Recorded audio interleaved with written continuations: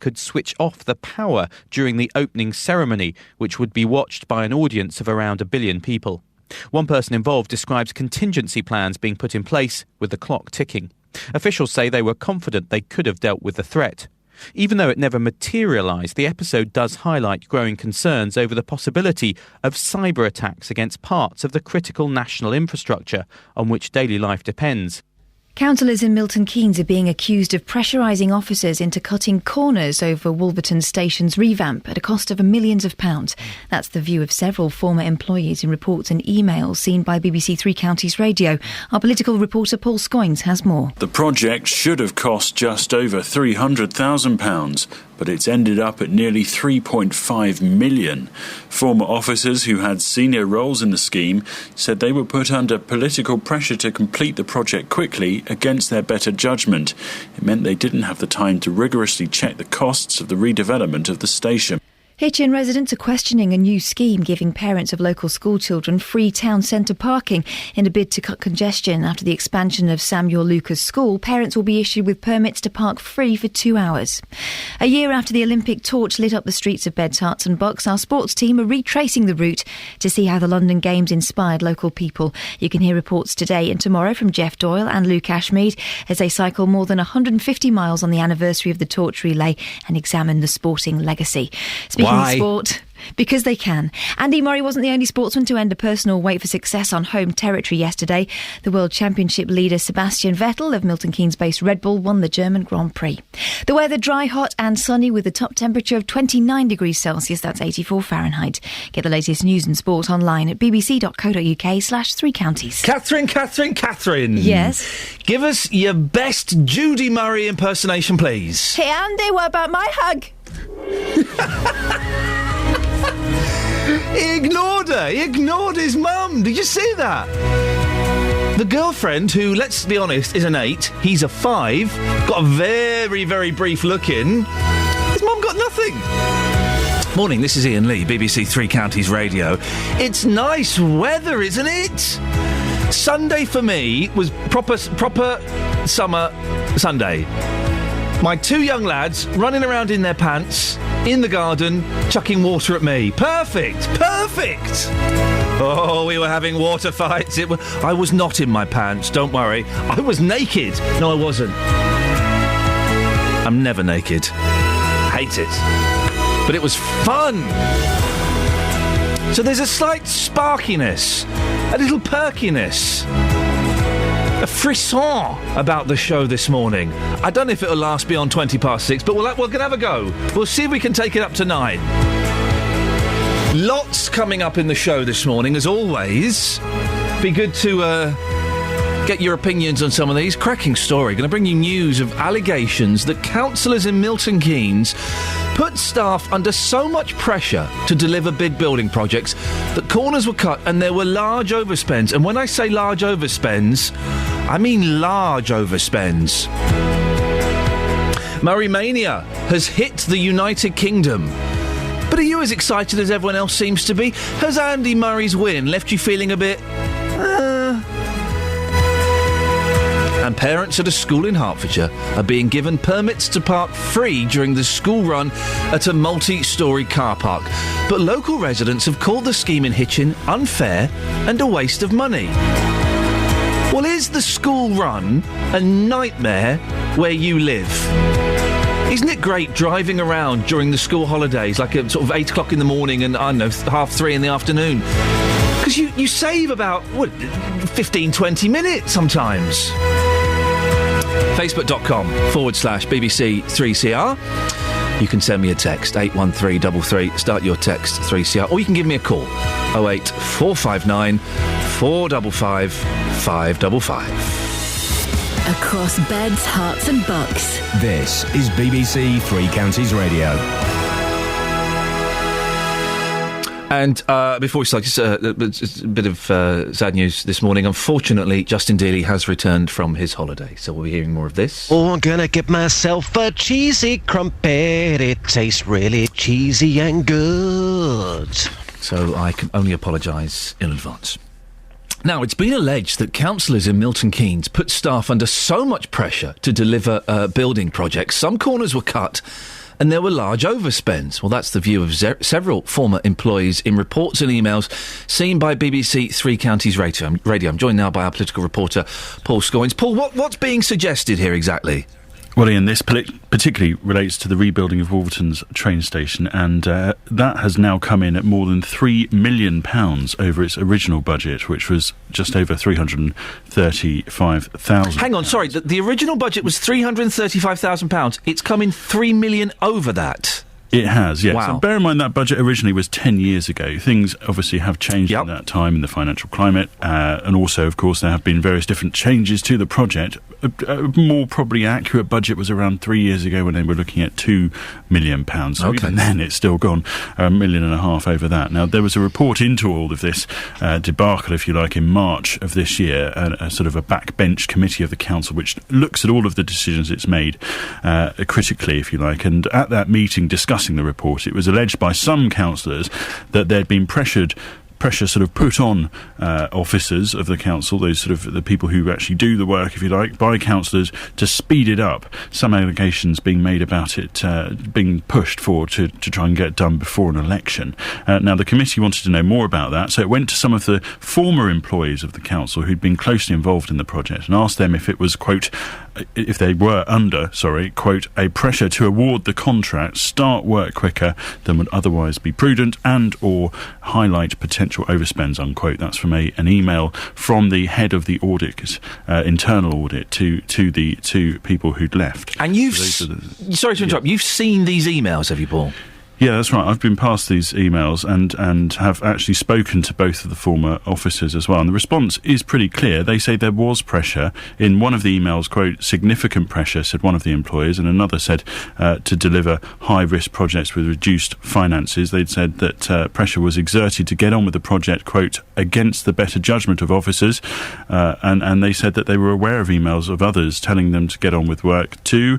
I've spoken to both of those people. One was the Assistant Director of Highways and Transport, the other the project manager. So senior people involved in the project. Neither wanted to talk to us on air. However, one did confirm to me that there was political pressure put on them to speed the process up, and that meant that not all bids were investigated as rigorously as they could have been. This was, of course, a Lib Dem council at the time of these discussions. Any response from them?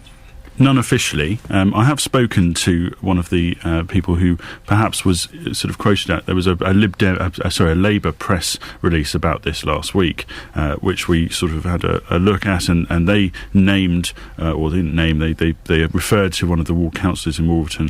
And I've spoken to him, and he said that he was quite happy with the pressure that he applied. He felt it was appropriate to ask officers who are running a quite long delayed project to get a move on, really. And he also said that he was suggesting at the time that there was an internal audit inquiry. He said that not only was I one of the ward councillors in the area, why shouldn't I push for a long delayed project to get underway? It'd be, what you would expect of a local councillor, to get on and try and put pressure to apply, to get on with it, really. But he was also one of the cabinet members of the council as well. No, nothing suggesting that there was perhaps anything wrong in that, but that was certainly one of the reasons that was quoted in that meeting, that the political pressure had been applied, and perhaps people felt under pressure to get on with things at the behest of actually, looking into the full picture, if you like. Any other interesting bits and pieces to come out of this? Well, one email suggests that people at London Midland, which is the train company which sort of operates from Wolverton, didn't want the station to go ahead. They said that the loss of some parking spaces was a bit of an issue, and that was actually a factor in the delay of the car park being finished, and changes were actually made at the last minute and almost became a showstopper, was the line from one of the emails, so perhaps suggesting that the train company was also sort of getting a little bit frustrated. And this, I suppose, combined with the audit committee report from a few months back, suggests that the whole process has been quite flawed, and that's probably an understatement, and unfortunately it's the taxpayers of Milton Keynes who've got to foot the bill for it. Paul Scoins, thank you very much indeed for that. We'll have more on that incredible story a little bit later on in the show. 08459 455 555. The big news, of course, this weekend was Andy Murray's win. The question I want to ask: has Andy Murray's win left you feeling a bit 08459 455 555. You spell it MEH. That's how you spell meh.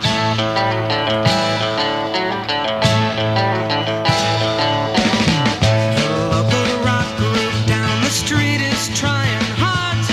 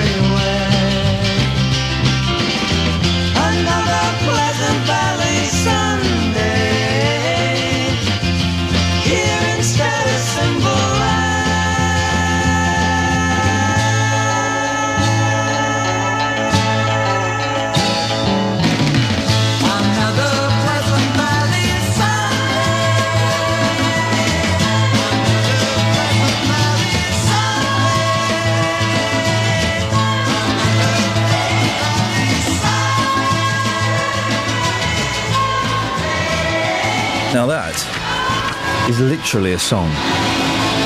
Song.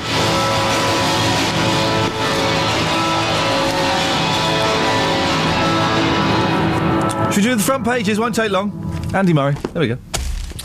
That's it. That's it. The front. And listen, don't get me wrong. I'm not all grumpy because he's won. Congratulations. Well done. A man won a tennis game. That's brilliant news. It's really good news. But it does nothing for me. Producer Tara said, well, surely everybody must be pleased about it. I'm not pleased. I'm not displeased. It's not touched me. I watched the last point that went on for about 15 minutes just because I happened to wander in from the garden it was on. It was obvious he was going to win. I thought, well, I'll watch it. Because it will be historical if indeed a sporting achievement can be classed as history. I don't know. But it's left me feeling a bit... OK, well done. A millionaire has won a lot more money. Congratulations. Am I the only one? I saw on Twitter there was a little bit of, the BBC keep banging on about Andy Murray. Oh, for goodness sakes, not everyone likes sport. Am I the only one, or am I being Mr. Grumpy Boots? Could you give me a call, please?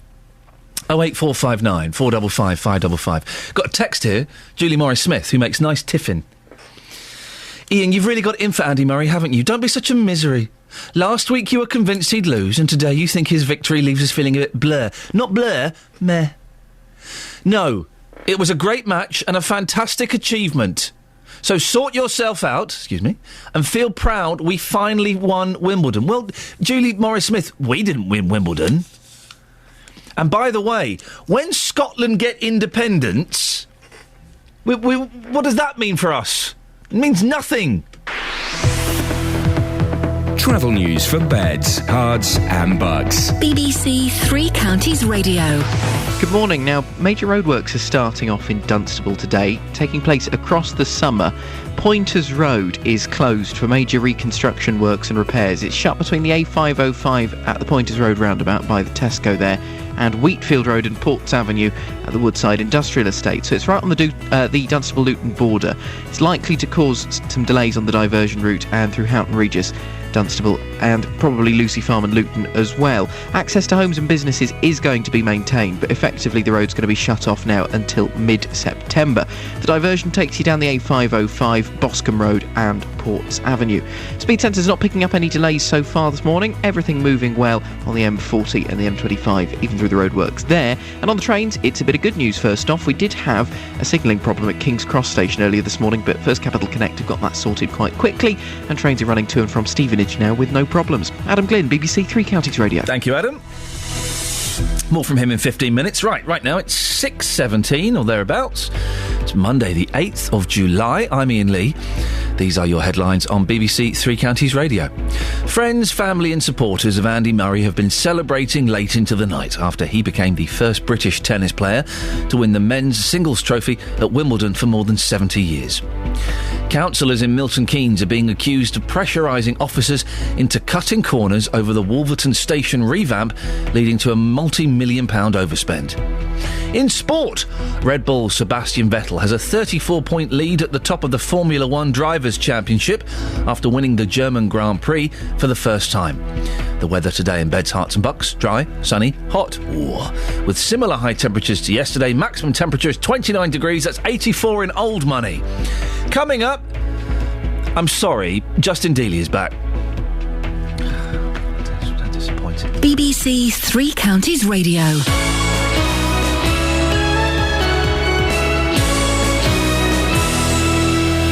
I thought Sophie and Kelly did such good jobs last week as well.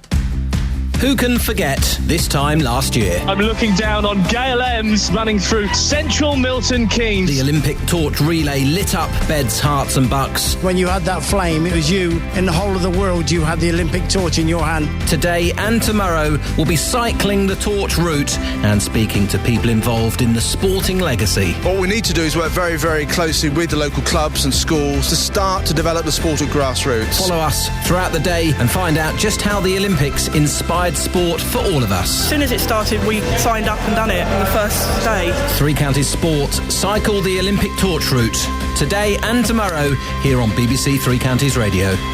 We'll be catching up with those prime examples of men in probably about 4 minutes' time. Now, the front and back pages of today's papers tell the story everyone's talking about this morning, or are they? History in his hand, says the Mirror, as it pictures Andy Murray holding the Wimbledon trophy aloft. Champion, the wait is over, and the Express hammers the point home with Magical Murray, first British man to win Wimbledon in 77 years. Well, this is the moment that the dream became a reality, and other cliches. Well, this famous old centre court could be about to go crazy. Murray serves. Here it is. Forehand from Murray, backhand from Djokovic. Murray's the Wimbledon champion. It seems ludicrous to say it. The British man won. Quiet, please. And Andy Murray, 6-4, 7-5, 6-4, has only gone and done it.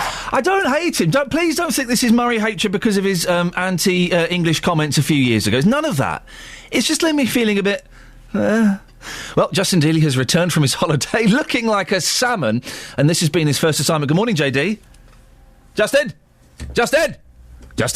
Look at that, he's back, and he's already ruining my radio show. Justin Dealey?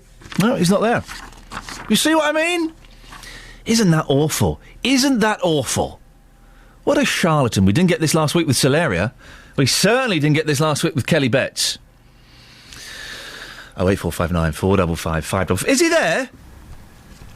Dealey? Hello, Ian. What an awkward start. It wasn't nothing to do with me, I can assure you. Are you sure? The staff these days, I'm afraid. Yeah, you are the staff, Yes, Justin. yes. You are the staff. How are you, boss? Yeah, good, thank you. Nice holiday. Yeah, very nice, actually, yeah. Very nice indeed. It was just a shame when you spoke to people and you told them what you did, you worked for the BBC. Oh, that sounds impressive. Who did you work with? Ian Lee. But yeah, apart from that, it was very nice. Nice. And you went with your mum and dad, that right? Yes, yeah, that's right. You shared a room with your mum and dad? Yeah, that's right, yes. And you're in your 30s? No problem. There's nothing weird about that at all. We've got a nice relationship. There's nothing weird about a man in his 30s sharing a hotel room with his mum and dad. It's fine. Congratulations. Thanks. Go on, what have you got for us? Talking about Murray. Yep. Yesterday, I thought it was absolutely fantastic. First British winner in 77 years. I went up to the Leverstock Green Tennis Club. You know where I played you a few weeks ago and I thrashed you at tennis? Well, I went back and I spoke to Chris Hall, the chair of the club, and off the back of the victory, she quite simply was over the moon. Do you want me to press the button? Please. We're all just absolutely gobsmacked, I think. Amazed. We've been waiting 77 years for this, so, yeah. We all love our tennis here, so actually this is just the icing on the cake. Now, as far as you're concerned, is he Scottish or is he British? He's British. Now he's won, of course. If he'd lost, he was Scottish. To me, he's always been British. He is my favourite tennis player. So, I'm probably a bit biased, but I think he's absolutely amazing, yes. As you say, we waited 77 years for this. It's finally happened. It's a historic occasion. But locally, for your club and tennis clubs up and down the country, what do you think this is going to mean now for tennis in this country? I think this is going to have an absolutely massive impact on tennis in this country. The LTA are, they've set themselves targets to increase the amount of people playing in Great Britain, and I think they're going to hit their targets now, absolutely. For us locally at Leverstock Green Tennis Club, I think that we're going to see a huge increase in the amount of membership inquiries, and we'll be working hard over the next 12 months to capitalise on that. Absolutely. So Monday morning, are you expecting that phone to be red hot? I'm expecting the phone to be red hot, and I'm expecting our website to have a flood of inquiries as well. So, yeah, absolutely. I think we're going to see a real surge in interest in tennis, absolutely. Terrific. And just lastly, Ian Lee was up here with me a couple of weeks ago. Ian played in his best shirt. He wasn't a particularly good player. Can anybody, even Ian Lee, who is a terrible tennis player, in time become a good tennis player? Absolutely. Anybody can become a good tennis player. We have all ages in this club. This is a real community club.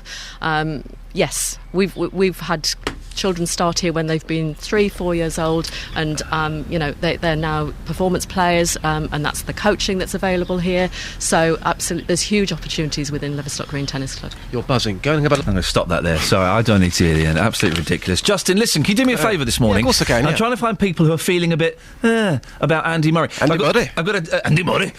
Sylvie's texted in. Ian, you're not alone. He does nothing for me whatsoever. Can you try and find a few more people who aren't all gung-ho about it? Absolutely. All right, cheers, my dear. See you later. Cheers, bye. Ta-ta. Close your eyes and I'll kiss you. Tomorrow I'll miss you. Remember, I'll always be true.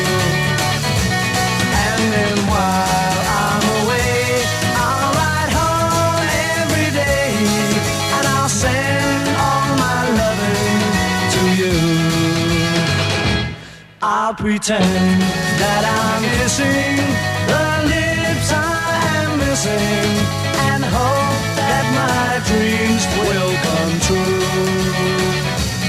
And then while I'm away, I'll ride home every day and I'll send all my loving to you.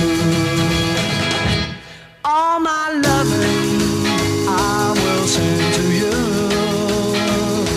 All my loving, darling, I'll be true.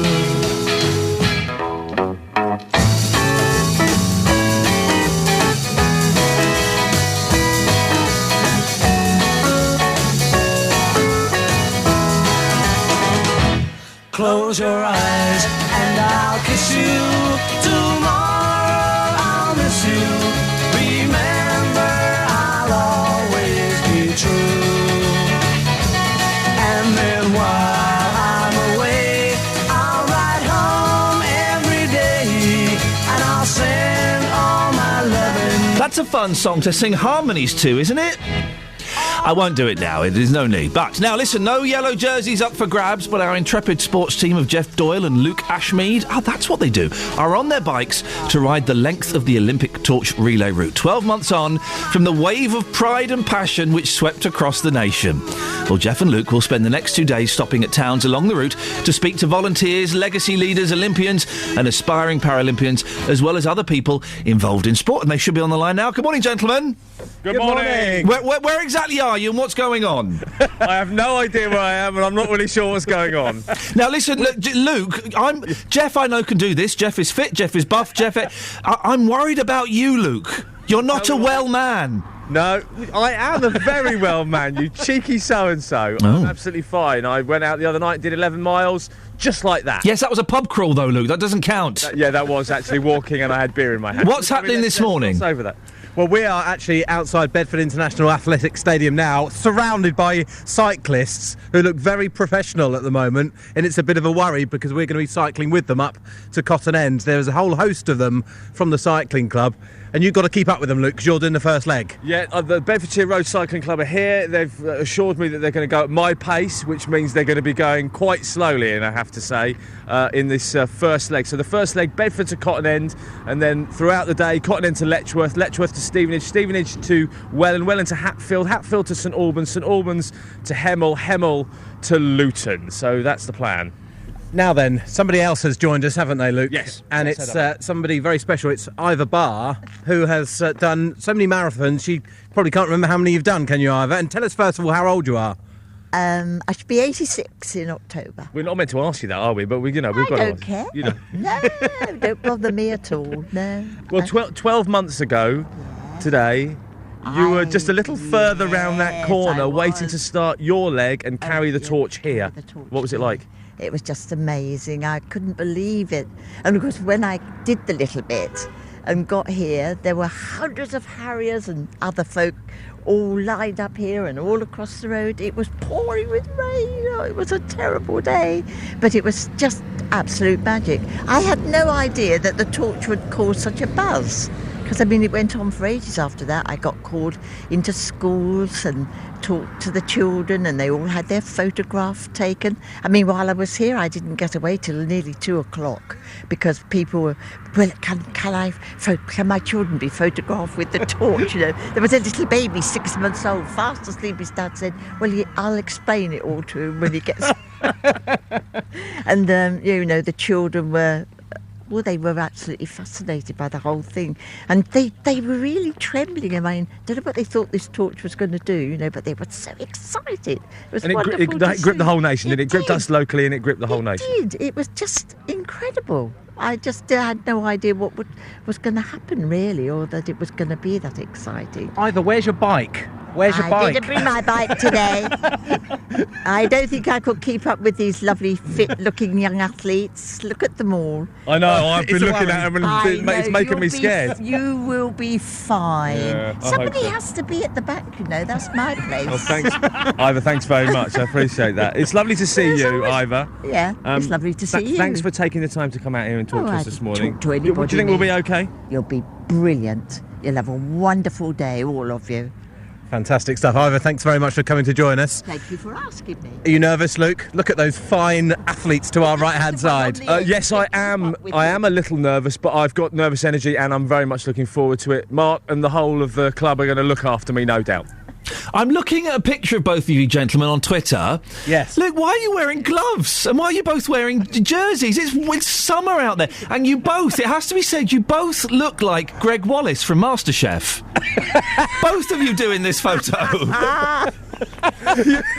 It's quite remote. Go to @BBC3CR on Twitter and have a look. But why are you wearing jumpers? And by the way, can I just say, yes, the start of this, this ride, I'm feeling nervous, I'm feeling excited. Yes. And what do I get from you? Luke, you're not a well man. Why are you doing this? Listen, are you about to set off now? Yes. So just remind us where you are and where you're going to now. So at the moment we're at Bedford International Stadium in Bedford, of course. Our first destination is Cotton End. We're going to speak to some of the cyclists when we get there. Brilliant. And then we're going Letchworth, Stevenage, Welland, Hatfield, St Albans, Hemel and Luton. That's day one. Okay. Day two we'll worry about tomorrow. Okay, so yeah, you think you're going to make it. So basically, if you were planning on driving anywhere near those areas, probably best to stay at home today. Could get a little messy. Jeff and Luke, speak to you later on. Travel news for beds, cards and bugs. BBC Three Counties Radio. Traffic starting to build on the M25. It looks a little bit heavy coming into the roadworks section anti-clockwise. That's junction 25 at Enfield. Then as you continue round, it's a bit slow from St Albans toward Kings Langley, junction 21A down to 20. From the A405 toward the A41. Things moving pretty well on most of the other major routes though. Certainly no delays yet on the M1 or the A1M. All looking clear on the A5 through Dunstable up past Bletchley, and as you make your way in toward Milton Keynes, we've got those roadworks that are starting off in Dunstable. Major works on Pointers Road mean that it's closed between Skimpot Road and the A505 through toward the Woodside Industrial Estate. That's going to be shut off both ways until mid-September. Your diversion takes you down the A505, Boscombe Road and Ports Avenue. Adam Glynn, BBC Three Counties Radio. Thank you, Adam. 6:31. News and sport now with Catherine Boyle. Across beds, hearts and bugs. This is BBC Three Counties Radio.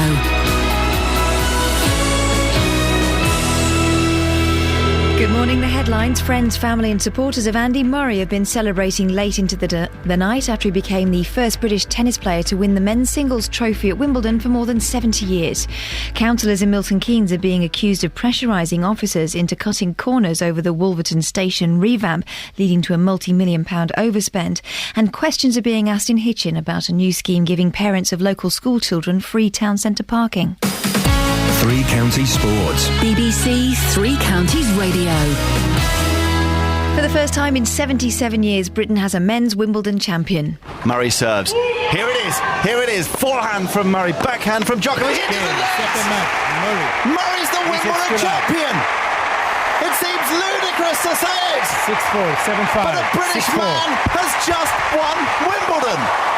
And Andy Murray, 6-4, 7-5, 6-4. Has only gone and done it. You heard it there. Murray beat the world number one Novak Djokovic in straight sets to become the first British men's winner since Fred Perry in 1936.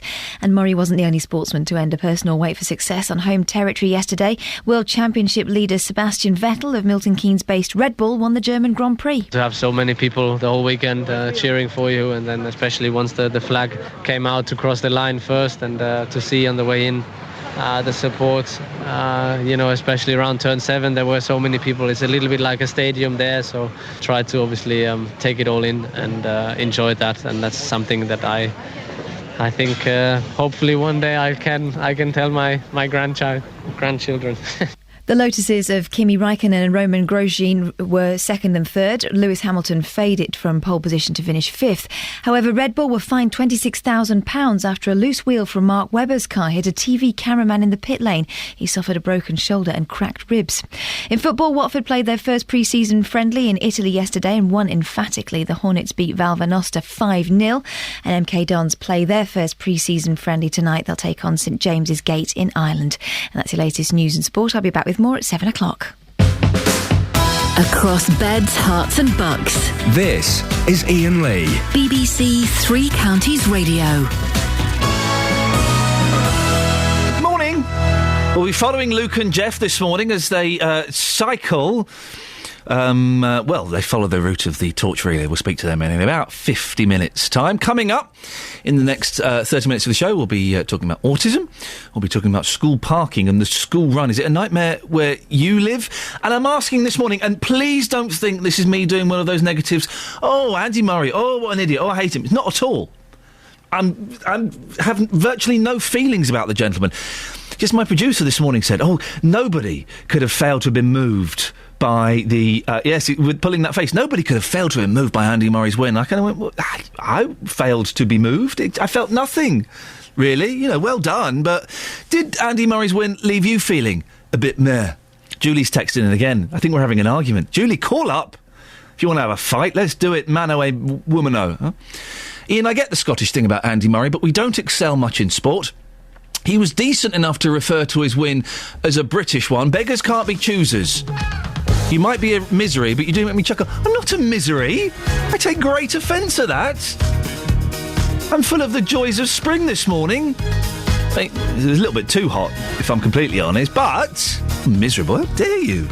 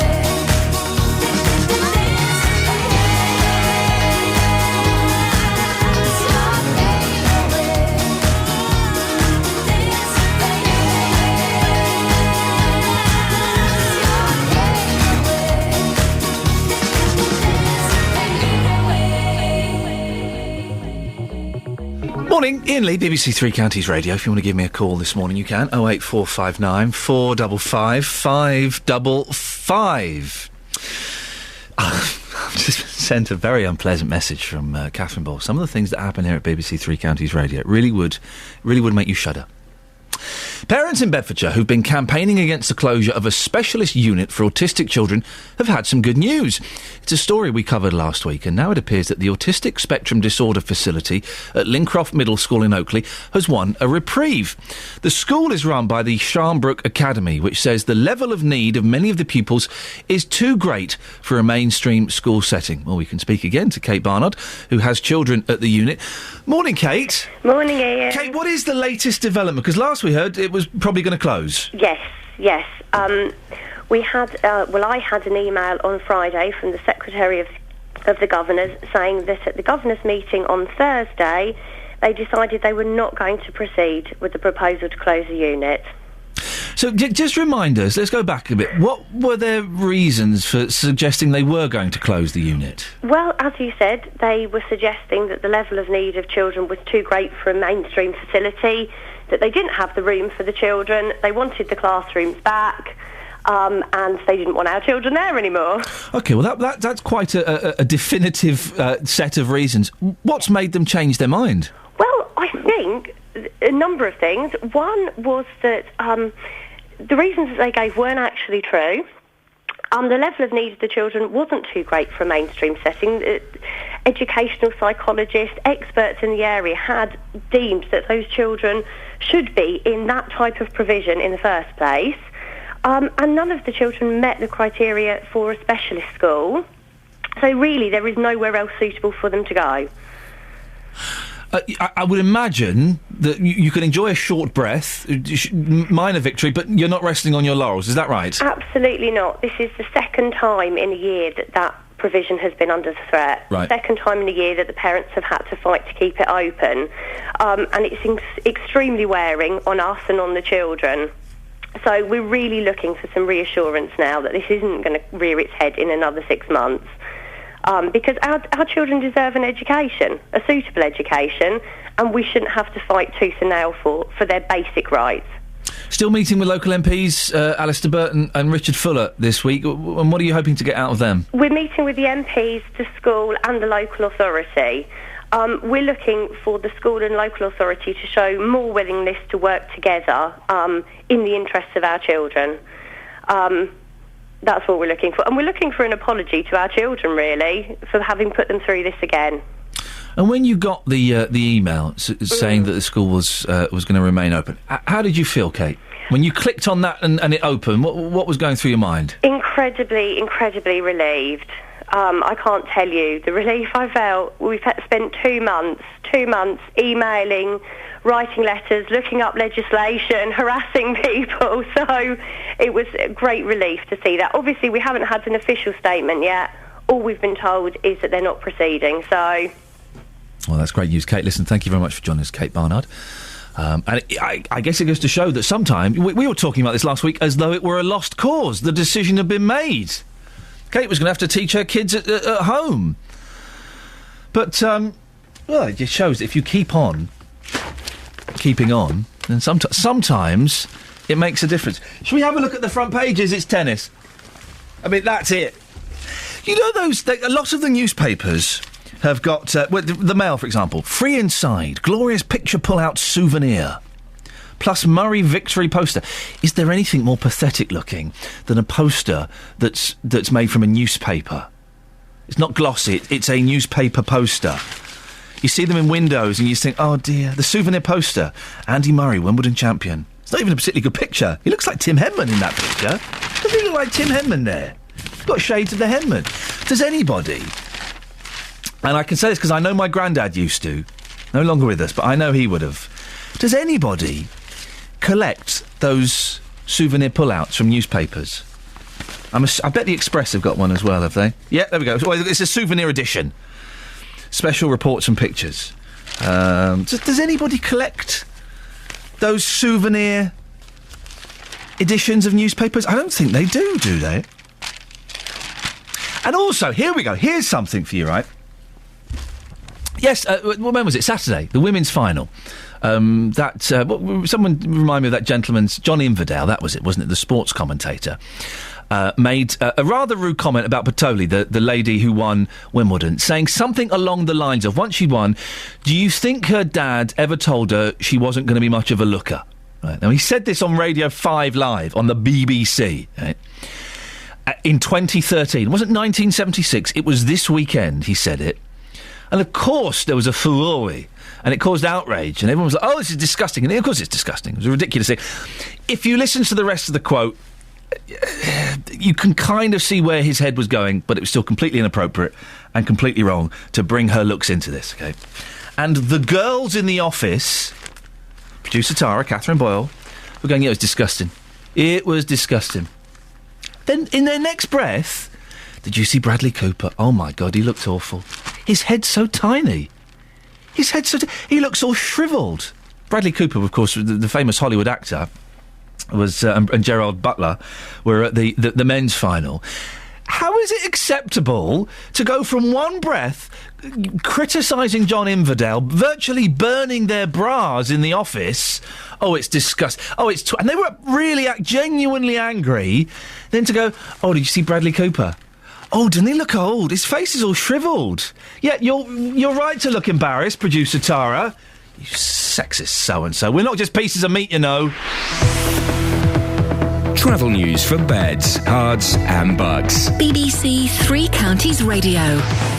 Pointers Road in Dunstable is shut. They're doing major reconstruction works and repairs, so it's closed between the A505 at the Tesco roundabout and Wheatfield Road at the Woodside Industrial Estate. It's going to be shut right the way through summer until mid-September. The diversion takes you down the A505, Boscombe Road and Ports Avenue. The A413 in Buckingham roadworks at the minute, temporary traffic lights up. It's water main work at the total roundabout. Hewenden Road in High Wycombe, you'll find some temporary lights for gas main work near to Belfield Road. On the M25, anti-clockwise, already a little slow coming in toward the roadworks, so from Waltham Abbey to Enfield is a tad busy, and then slow again if you're going a bit further round from St Albans at junction 21A through to Kings Langley at junction 20. As for the trains, departure boards for the minute are not showing any late runners. Everything running to time on the trains and the tubes into and out of London. Adam Glynn, BBC Three Counties Radio. Thank you, Adam. 6:46, Monday the 8th of July. I'm Iain Lee. These are your headlines on BBC Three Counties Radio. Friends, family and supporters of Andy Murray have been celebrating late into the night after he became the first British tennis player to win the men's single trophy at Wimbledon for more than 70 years. Councillors in Milton Keynes are being accused of pressurising officers into cutting corners in the Wolverton station revamp, leading to a £3 million overspend. In sport, Formula One champion, world champion Sebastian Vettel of Red Bull held off the challenge of Lotus drivers Kimi Räikkönen and Roman Grosjean to win his home German Grand Prix for the first time. Coming up, I don't know if I got any of those names right. Coming up, is the school run a nightmare where you live? Well, one school in Hitchin is introducing a park and stride scheme to try and tackle the problem. Beds, Herts and Bucks weather. BBC Three Counties Radio. Hello, a very good morning to you. Sorry, Elizabeth, were you waiting for me to introduce you? That was rude of me. Shall I do it now? Oh, I'm going to wish all your listeners a very good morning. Well, let me introduce you and then we can do it. Okay. OK, 6:47, let's get the latest weather from my fourth favourite weather person, Elizabeth Rossini. And a very good morning to you. Well, we saw very high temperatures yesterday. We got to 26.6 degrees in Bedford, officially 27 degrees. It looks like we're going to see similar looking temperatures today. We'll probably get between 27, even 29 degrees Celsius today. Lots of sunshine around. It's going to be dry and, I dare say, hot as well. Now, a few mist patches around to start with. They'll quickly disperse. And as we head through the morning, lots of blue skies, just a light breeze, feeling very warm, of course. And then overnight tonight, very similar to the night we've just had.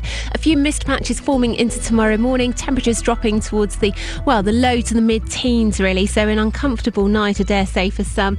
And then to start the day tomorrow, more of the same. More sunshine, more high temperatures. By the time we get to Wednesday, it could turn quite cloudy over parts of Hertfordshire, eastern areas of Bedfordshire, I think. And we'll also see some slightly cooler air as well. But the temperatures will be back up by the time we get to Thursday and Friday, and it's looking like another nice weekend a bit later on. Just watch out for the very high pollen levels, hay fever sufferers. I'll hand you back to my fifth favourite presenter. There we go. Elizabeth Rizzini. Me, I know. I believe war has just been declared. See you later. Now, bye. Now. Oh, I like her really. 08459 455 555. We'll be talking about the nightmare of the school run. If you live near a school, or if you drive within a 3-mile radius of a school at about 8 o'clock in the morning or at 3:30 in the afternoon, isn't it just a nightmare? If you want to share your school run stories, 08459 455 555.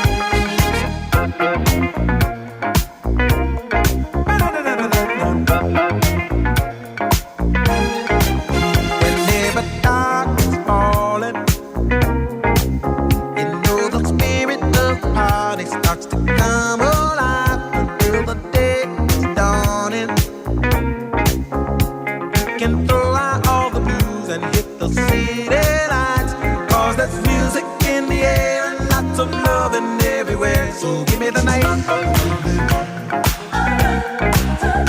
Give me the night.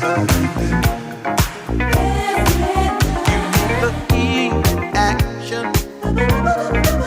A place to dine, a glass of wine, a little late romance. It's a chain reaction. We'll see the people of the world coming out to dance. 'Cause there's music in the air and lots of loving everywhere. So give me the night. Give me the night. So come on out tonight, and we'll leave the others on a ride through paradise.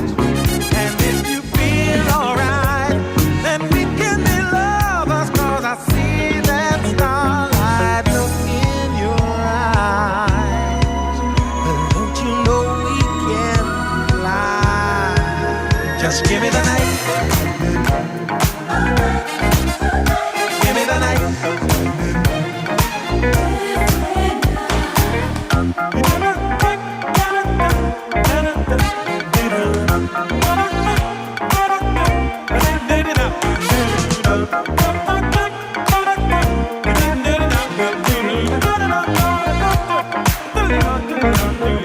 Cause there's music in the air and lots of loving everywhere. So give me the night. Give me the night. So come on out tonight, and we'll leave the others on a ride through paradise. And if you feel alright, then we can be lovers. 'Cause I see that starlight look in your eyes. Don't you know we can fly? And if we stay together, we'll feel the rhythm of the evening picking us up high. Never mind the weather. We'll be dancing in the street until the morning light. 'Cause there's music in the air and lots of loving everywhere. So give me the night.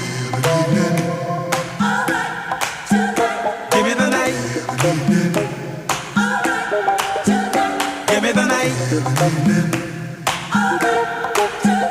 Give me the night. Give me the night.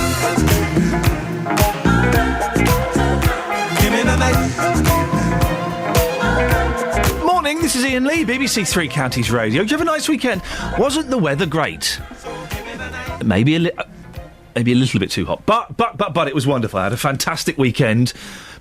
Summer for me, just is my two lads running around in their pants in the garden, beautiful, and me chucking water at them, superb, and them coming up to me and pouring water on my head. That is what it's all about. I hope you had as much fun as I did. Now, where parents park during the school run is an issue all over the three counties. It affects people who take kids to school, it affects people who go and live near schools, and it affects you if you're driving to work. And it seems to have caused quite a problem in Hitchin. Samuel Lucas School has been given planning permission to expand, but even at its current capacity, parents say they find it very difficult to find a safe parking space near to the school gates. And now the council have decided to introduce a park and stride scheme. This would see parents being given 2 hours a day of free parking at a multi-storey car park close to the school. But will the parents actually use it? Or will they continue to try and park outside the school, blocking up nearby roads? Well, I'm asking this morning, is the school run a nightmare where you live? Our reporter Barry Caffrey has been to speak to parents picking up children from the school gates to find out if they will use this new scheme. I don't think anybody will use it. People park there anyway now, occasionally. I don't think anybody more will use it than uses it now. I don't think it'll make any difference. It's the old parent who does. Even though you'll be offered free parking for 2 hours a day, you don't think it's going to be used, no? No, because a few people use it now. It's not going to make any difference having that option.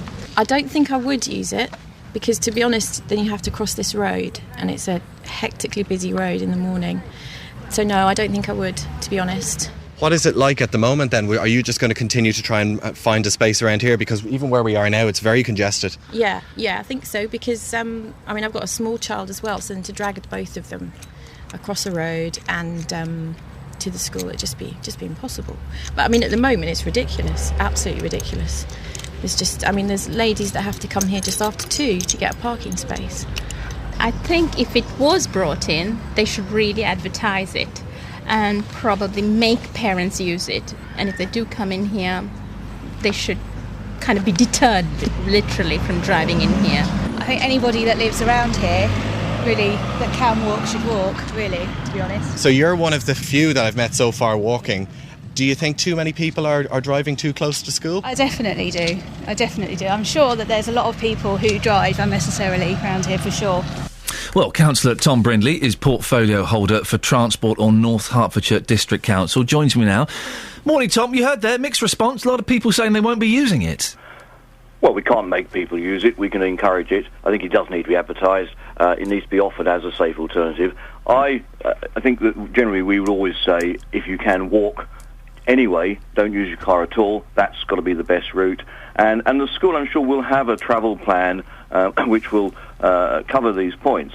What we're doing, and we're not responsible for this school at all, it's a county issue, but we were approached by the county to say, could we help? We have a car park which has spare capacity at these times of the day, and so by formalising this park and stride and giving it, the nice name, then we hope people will use it.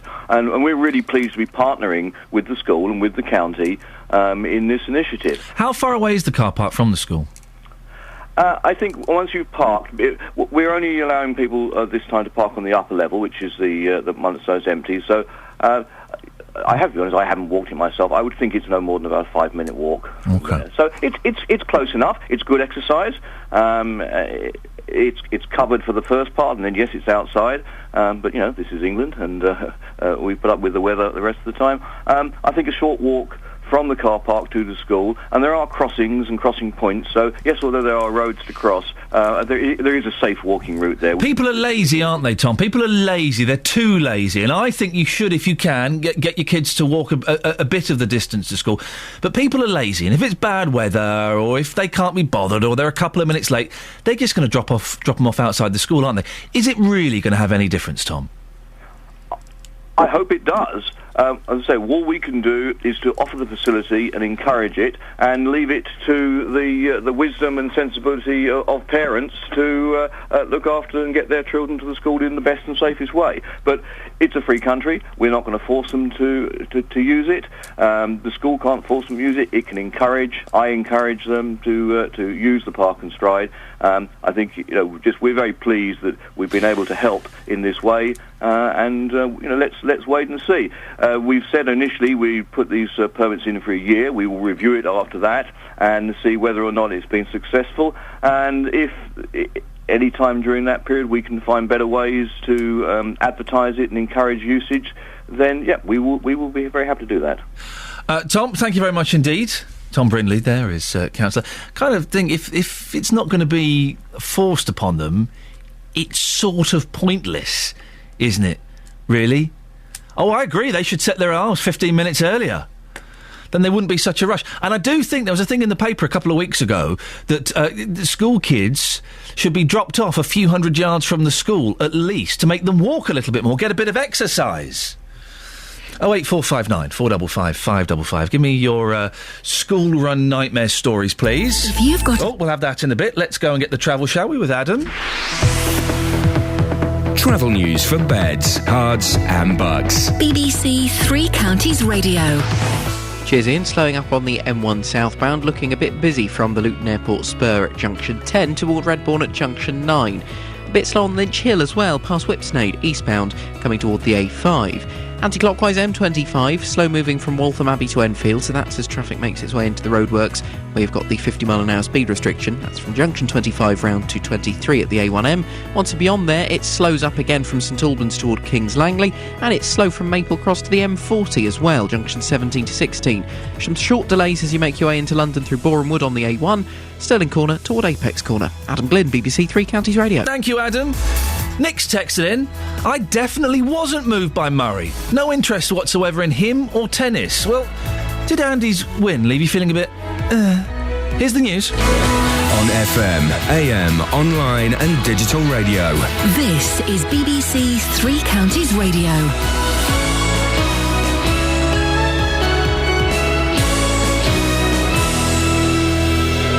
Good morning, it's 7 o'clock. I'm Catherine Boyle. The headlines: Murray celebrates Wimbledon win, Milton Keynes officers hit out at councillors, and home soil victory for Vettel. BBC Three Counties Radio. Andy Murray has been celebrating becoming the first British man to win Wimbledon in 77 years. Murray, who beat the world number one Novak Djokovic in straight sets, took pride of place at the Champions Ball, the traditional event which brings the tournament to a close. After the match, he spoke about the pressure of being the standard bearer for British tennis. For the last 4 or 5 years, it's been very tough, very stressful. I think because it's just kind of everywhere you go, it's so hard to avoid everything because of how big this event is, but also because of the history and no Brit having won. It's been very, very difficult. I think now it'll become easier. I hope it will. A new national curriculum for 5 to 14-year-olds will be published today. Here's our education correspondent, Gillian Hargreaves. The national curriculum covers all the subjects and topics pupils in England must be taught, though academy schools can opt out. Ministers have made it clear they want more emphasis on facts and figures. Primary school children will be expected to learn their 12 times table by the age of 9. There'll be a renewed emphasis on grammar, and evolution will be taught in primary science lessons for the first time. But plans to focus on teaching British history appear to have been watered down. The Education Secretary, Michael Gove, says the new curriculum will reverse what he describes as England's disastrous fall in international school league tables. Councillors in Milton Keynes are being accused of pressurising officers into cutting corners over the Wolverton station revamp at a cost of millions of pounds. That's the view of several former employees in reports and emails seen by BBC Three Counties Radio. Our political reporter Paul Scoynes has more. The project should have cost just over £300,000, but it's ended up at nearly £3.5 million. Former officers who had senior roles in the scheme said they were put under political pressure to complete the project quickly against their better judgment. It meant they didn't have the time to rigorously check the costs of the redevelopment of the station. Hitchin residents are questioning the wisdom of a new scheme giving parents of local school children free town centre parking.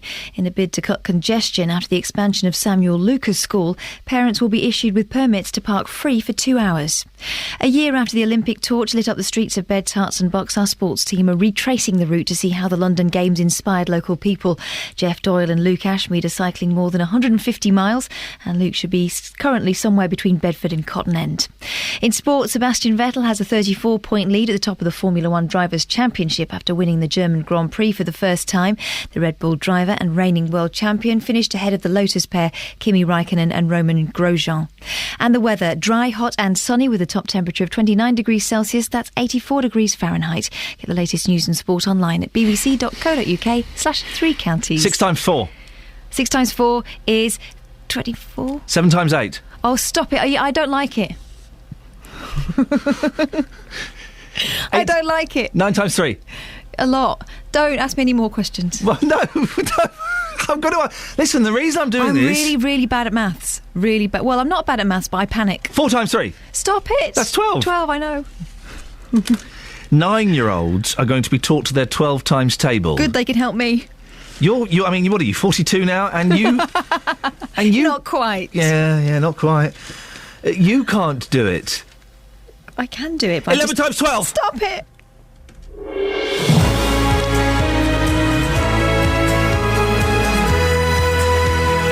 She sounded terrified. I suspect an email may be sent to the authorities at the BBC. That could technically count as bullying. I don't know. Imagine if we were in a private situation in a cupboard, me and Catherine Boyle, and she was saying stop it to me in that voice, and I continued. Oh dear. Maybe we'll do a bit more of that a little bit later on, shall we? Not necessary to Catherine. Maybe we'll throw those out at Justin. 9-year-olds are going to be taught their 12 times table. I remember being taught my times tables when I was 5 or 6 by Miss Earl. Do you remember the tune? 2 times 2 is 4. 3 times 2 is 6. 4. That was the tune, wasn't it, for sums? Hated it. Absolutely hated it. Maybe we'll do some times tables tests a bit later on. Coming up between now and 8 o'clock... As well as your 9 times tables, we'll bring you news of allegations that councillors in Milton Keynes put staff under so much pressure to deliver big building projects that corners were cut and there were large overspends. And when I say large overspends, I'm talking millions. Murray Mania. It's hit the UK hard, but are you as excited as everyone else seems to be? Has Andy Murray's win left you feeling a bit... And parents at a school in Hertfordshire are being given permits to park free during the school run at a multi-storey car park. But local residents have called the scheme in Hitchin unfair and a waste of money. I'm looking for your school run nightmare stories. We've all got them. Whether you drop kids off at school, you live near a school, or you drive to work at about 8 o'clock in the morning. Don't you notice the difference on the school holidays? Facebook.com/BBC 3CR. You can send me a text, 81333. Start your text 3CR, or you can give me a phone call. This is the best way to do it. 08459 455 555. Across beds, hearts and bucks. This is BBC Three Counties Radio.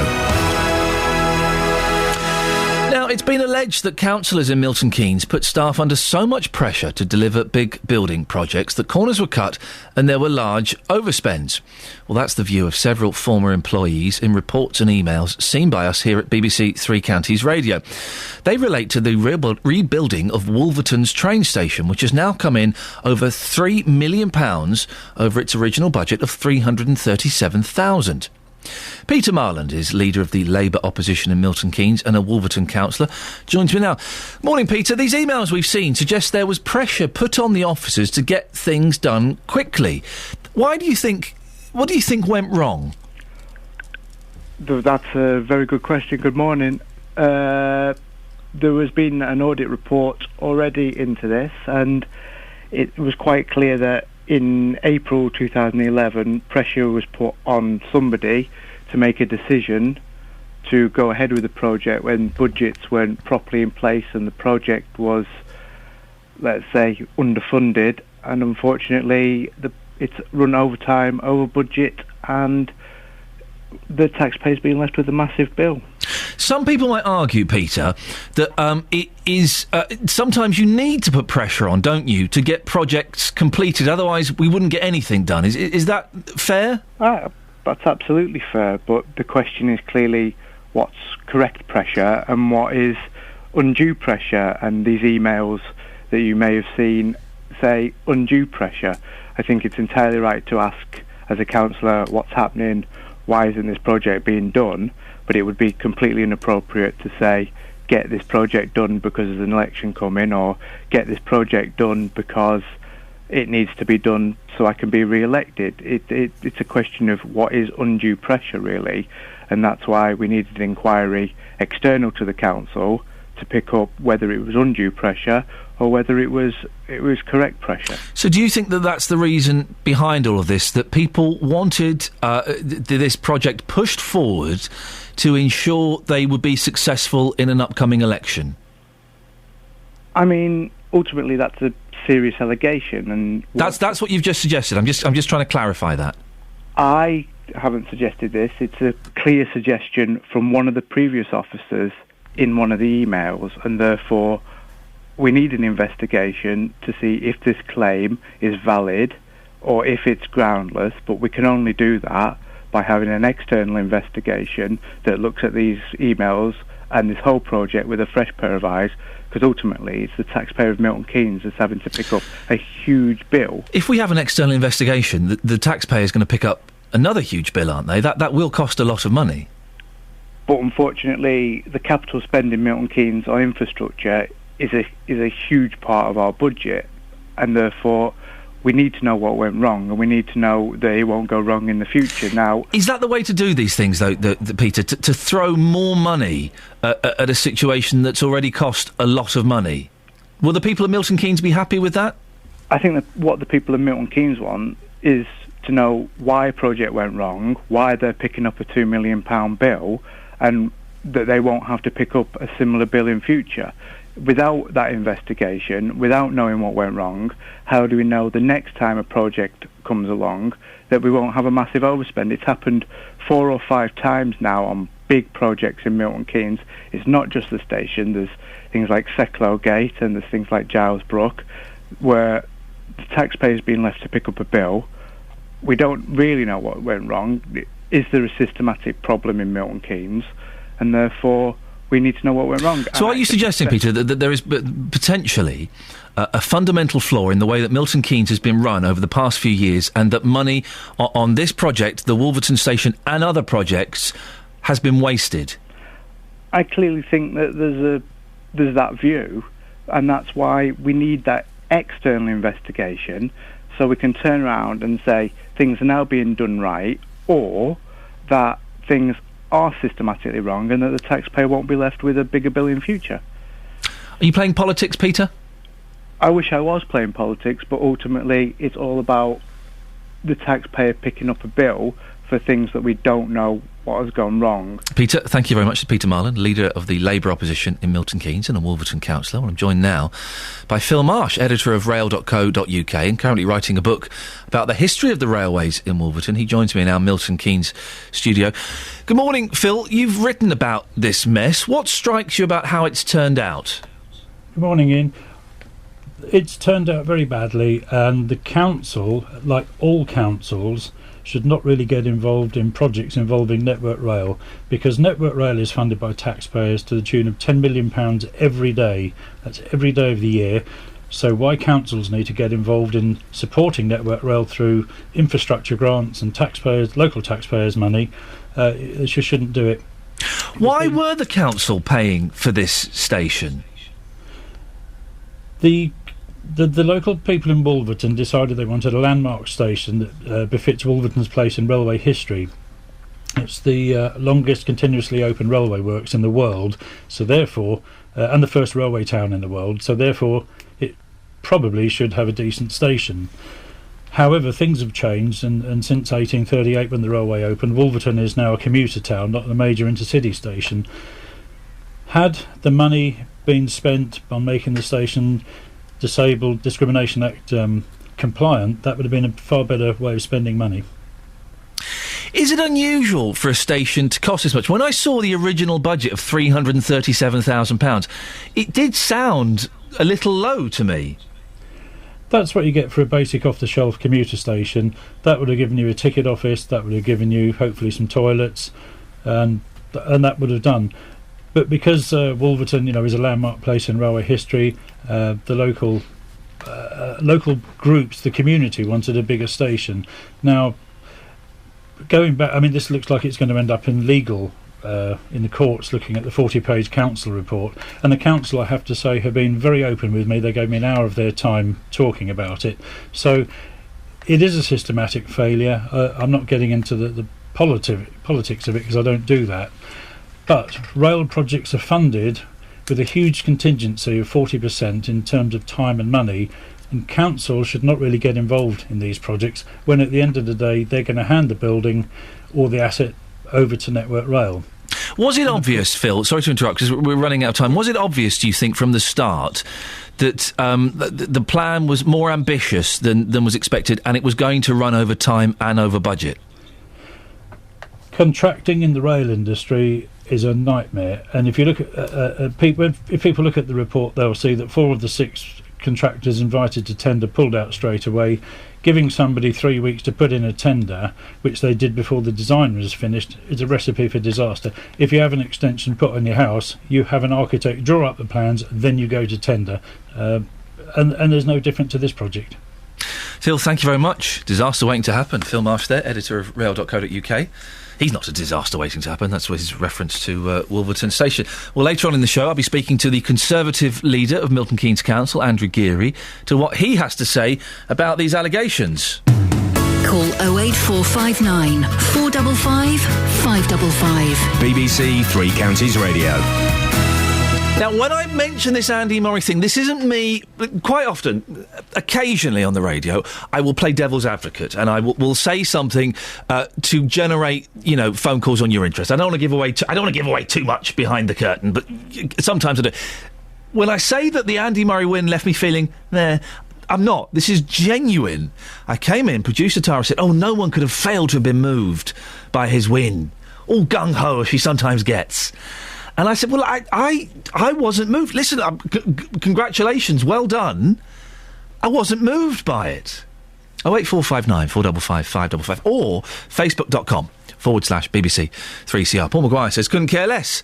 A dour, sour Scotsman wins at a sport for the privileged. Jim says, I think Iain is trying to be controversial for the sake of it. What a load of tosh. It was brilliant. Paul says, Andy who? And Barbara says, a Scot wins a game of tennis. And it's not the Scottish thing. It's not the fact that a few years ago he was rude about it's none of that.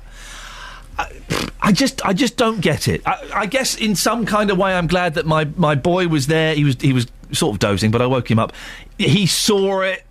So that I guess you can, he won't remember it. He's 3.5, but I can say, you were there when the last time a British person won a game of tennis match. If tennis matches can be considered historical, I don't know. Did it leave you feeling a bit, really? Why is it? We were in the garden. We could hear the next door neighbours cheering every time he won a point. Dearie me. 08459 455 555. 7:16. Let's get the travel now with Adam. Travel news for beds, cards and bugs. BBC Three Counties Radio.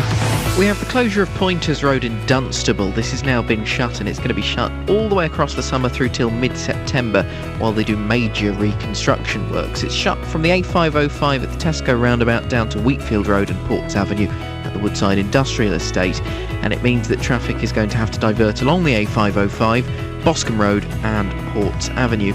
Things could get a little bit slow, certainly through the first couple of days of the closure, through Houghton Regis, Dunstable, Lucy Farm and then into Luton.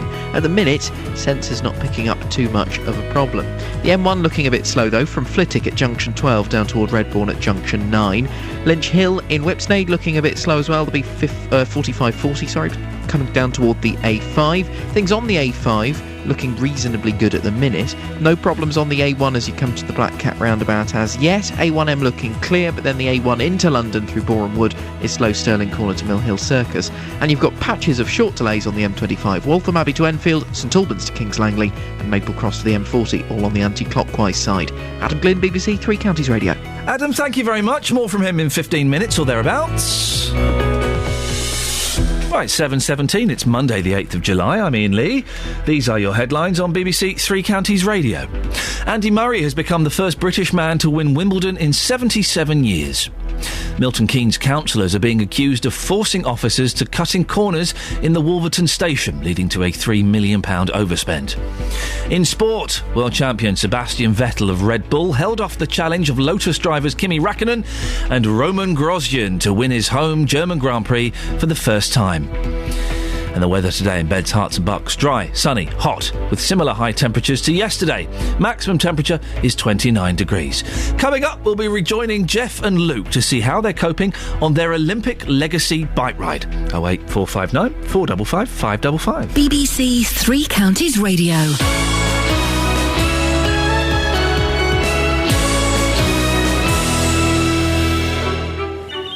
Nick Coffer on BBC Three Counties Radio. On Wednesday, I'll be live at one of the world's biggest horticultural events. The Hampton Court Palace Flower Show is in its 23rd year, and I'll be bringing you all the colour and excitement from this year's event.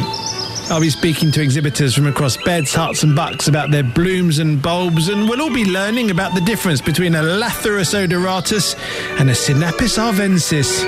Join me live at the Hampton Court Palace Flower Show Wednesday from midday here on BBC Three Counties Radio. And just to say, because of the unique way the BBC is funded, that Nick Coffer recorded that trail actually live in a forest with a string quartet in the background.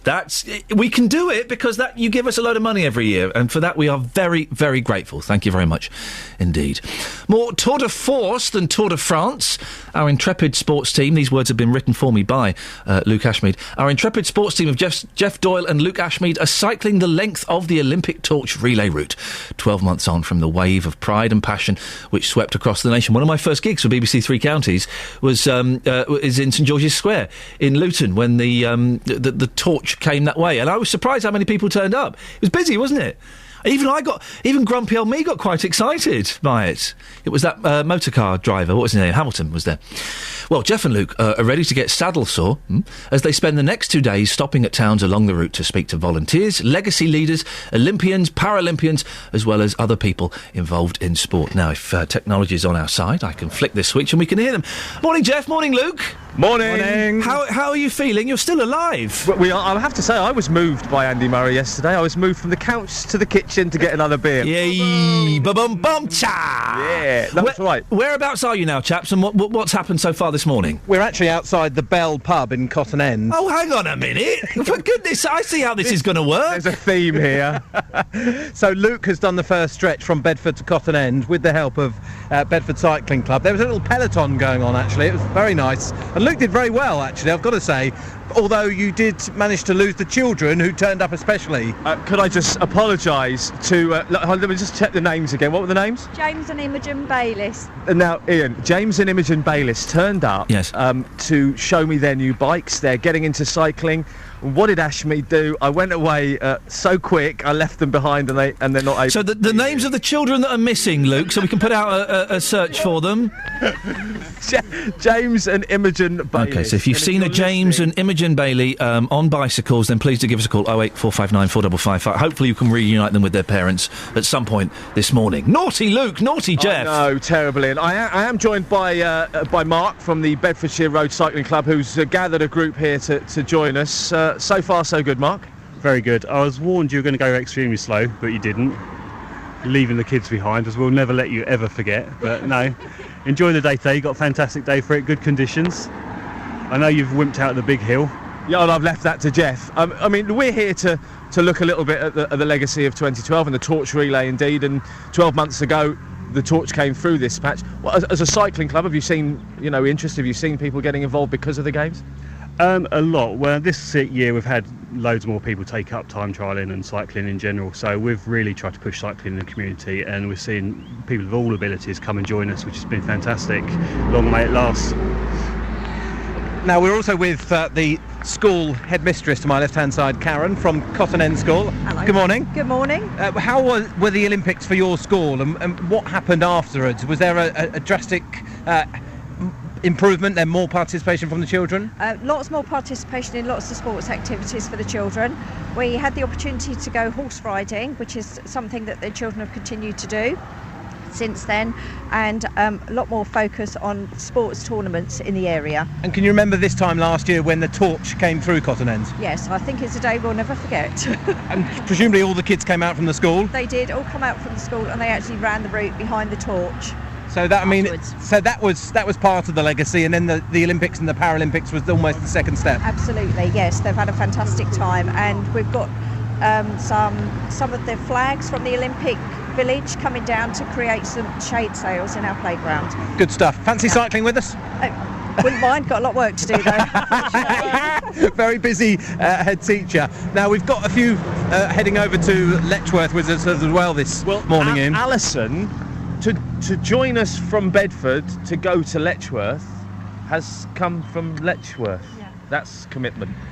No, silliness. It's at 5 o'clock in the morning, very silly. Is it just you, Alison, with me travelling down to Letchworth, or is any of the other lot coming? Most of them are going up to the top of the hill, are you? Or I'll come a bit further. Some of them are doing half of it and then leaving us, and then the rest we're going to carry on to Letchworth.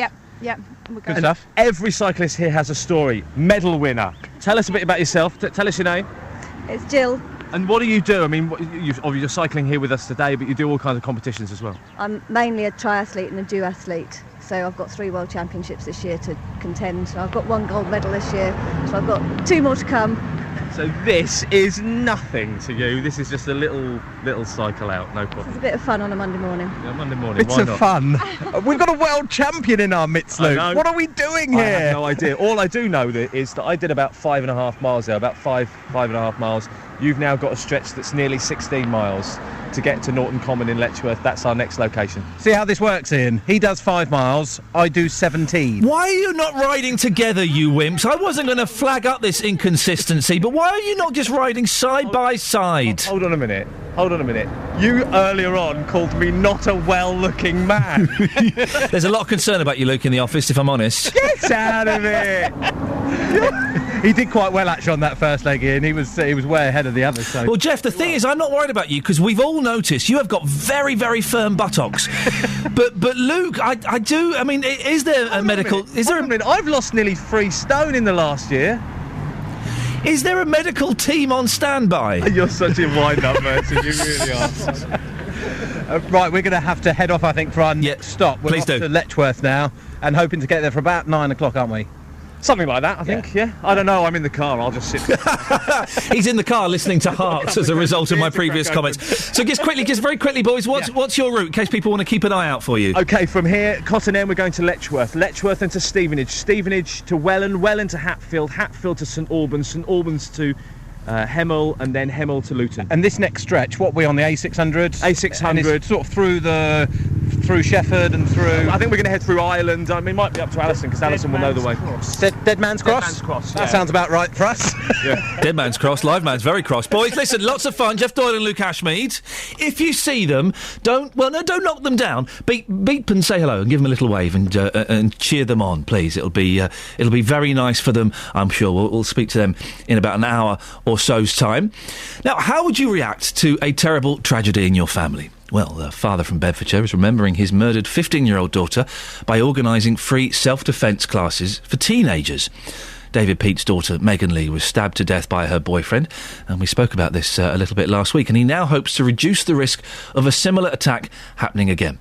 Well, Mike Abbott went along to one of his sessions. My name is David Peate. I'm the father of Megan Peate, and I'm the founder and creator of Urban Street Defence. Whoa, mate. Back up, Back up. OK?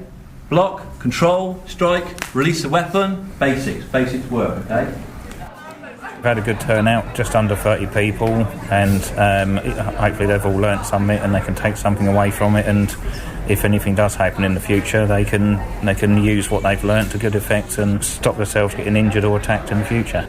If you can take one thing away today, remember, block and react, whichever way it is, whether it's run, do something, that's cool. My name's Jack Giles. I was expecting to learn basic self-defence for knife attacks, but I learned a lot more than I was expecting. Oh, quick girl, be careful, don't just go mental and start slashing and hitting people next to you, okay? I think it's a great thing that they're doing, obviously, for Megan Peate, because you never know, really, when it's going to happen, and it's always something really good to know, and I'm really happy that they've put this on for everyone. Ideally, we'd like to do about 4 a year, and people that have come along to this one are welcome to come along to the next one, but it would be good to get fresh people each time, and so we've got a more wide variety of people who know a little bit about defending themselves. I've got 3 daughters and I'm really worried about their safety, so it's a good idea to try and give them as much knowledge as possible. You do worry where they are and sort of what's going to happen to them, but you've got to give them a little bit of space. So this is their way of being able to look after themselves, I guess. My name's Paul Childerley, Chief Instructor of Pro Style Kickboxing. The skills today taught were just basic moves from basic attacks, and that will work. It works whether you're going for a World Championship kickboxing match to a basic attack on the street. If you know your child can defend themselves or has got some ideas about defending themselves from certain things, then it should all be... the parent must have peace of mind. So knowing how to defend yourself is quite important, and it doesn't depend on people sitting in a bad area. Then this class isn't aimed at them, it's aimed for everyone. I'm Ellie, I'm 16. I'd like to say thank you very much and well done to them for getting the message across and having so many people turn up and learn from it. It's a great thing. Hopefully you've learned something today which has been taught from basically a bad experience to make something good and will save you. Travel news for beds, cards and bugs. BBC Three Counties Radio. Speed sensors picking up some delays on the A1 southbound as you come down toward the Black Cat roundabout. It's looking busy. There's also a bit of a queue in Whipsnade on Lynch Hill. That's slow moving coming toward the A5 round Markyate. A5 a little bit slow from Dunstable down toward Markyate as well on the southbound side. M1 southbound is slow moving from Flitwick to Redbourne junction 12 to 9. Patches of traffic on the M25. Anti-clockwise it starts looking slow back at Waltham Abbey through to Enfield. Then you have the roadworks section and then it's busy again from St Albans to Kings Langley and from Maple Cross through to the M40. Short delays into London on the A1. It's already looking slow in Boreham Wood from Stirling Corner toward Mill Hill Circus. And if you're travelling by train, First Capital Connect run with delays of up to 10 minutes. Bedford to St Pancras because of a signalling problem at Bedford. Adam Glynn, BBC Three Counties Radio. Adam, thank you very much. 7:30 News and Sport with Catherine Boyle. Across beds, hearts and bugs. This is BBC Three Counties Radio.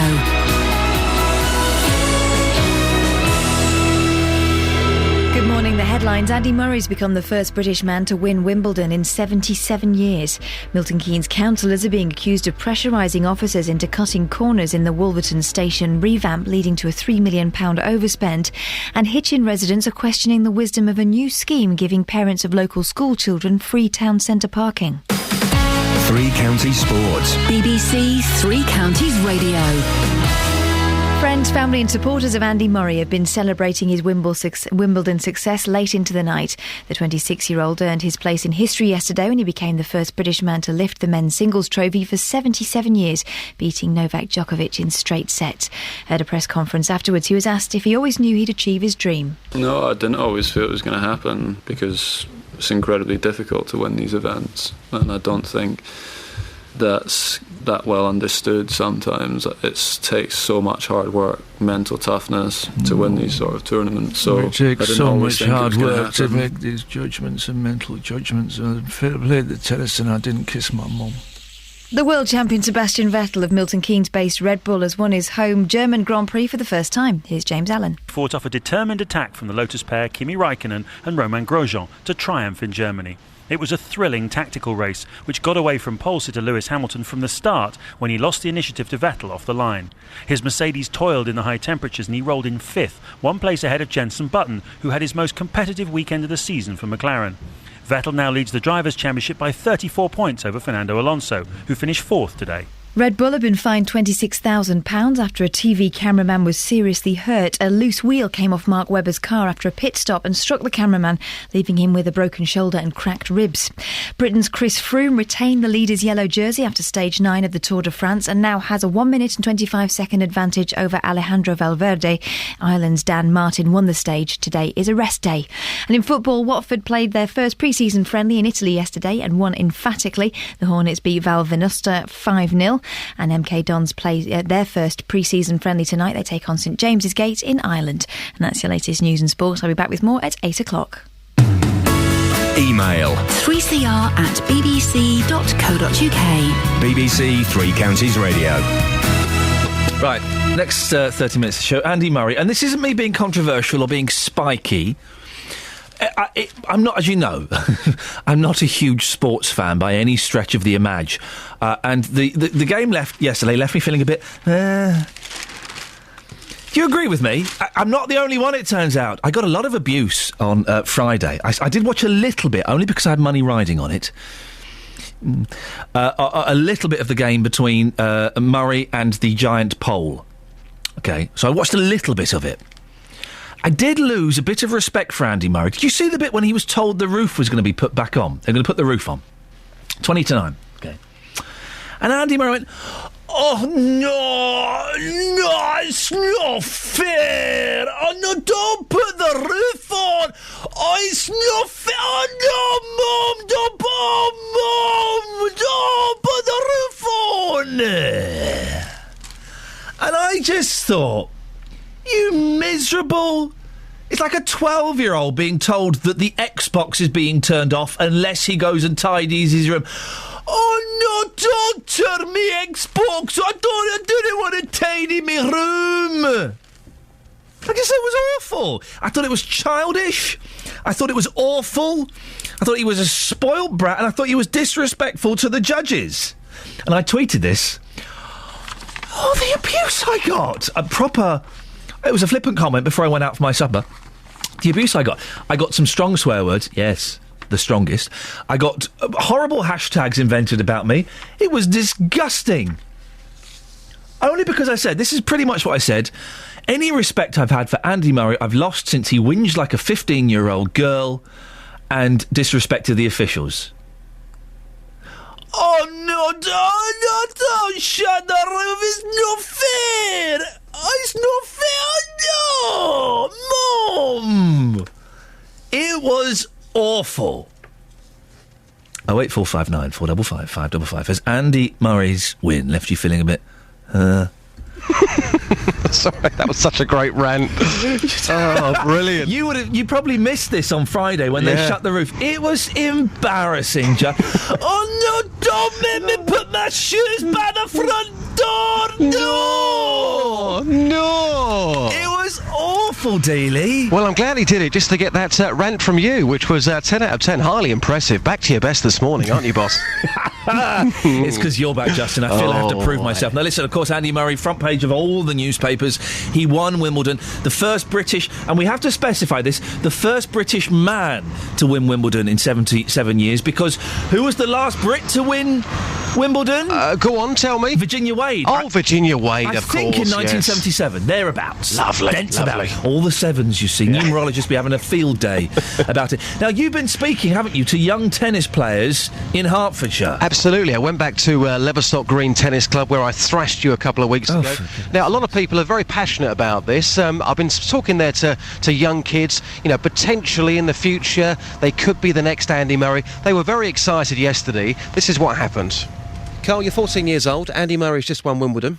Yep. Tell us your thoughts. I mean, how exciting was that game? It was a brilliant game because no one really thought he could have done it against the number one, Djokovic. So it's a bit amazing he's won it for the first time. And when he won today, did you give a big cheer? Yeah. Give us your big cheer now. I'm going to stand back. Give us your big cheer. Go on. Andy Murray! Fantastic.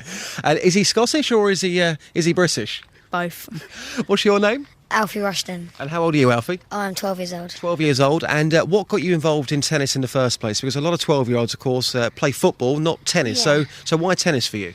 Well, my sister once played tennis and she was there and I said, "Oh, Mum, can I do it?" So that's how I got interested in it. You any good? Yeah, I'm okay, yeah. Could you thrash me, do you reckon? Could you beat me? Yeah, of course. It's the confidence. So, Andy Murray today, tell us about how you felt. I mean, there he was, that last game, that last point was incredible. When he finally won, how did you feel as a 12-year-old kid? Oh, I felt amazed. I never thought he was going to be number one seed, but he did. He put all hard work into it. I was on the floor screaming. And do you think off the back of this, just lastly, that some of your school friends now will know that you play tennis and they might want to take it up because of what's happened today? Yeah, maybe more people will get involved in playing tennis now they've seen Andy Murray win. Because a lot of people have got this perception that tennis is for rich people and posh people. You're not posh, are you? No, tennis is fun. It's for anyone. Anyone can have fun and play tennis. You're about to play now? Yeah, I'm about to go on court now. Guys, enjoy your game. Thank you very much. Thank you very much. You enjoyed that, didn't you? What? You can't say to a kid, "Here, you're not posh, are you?"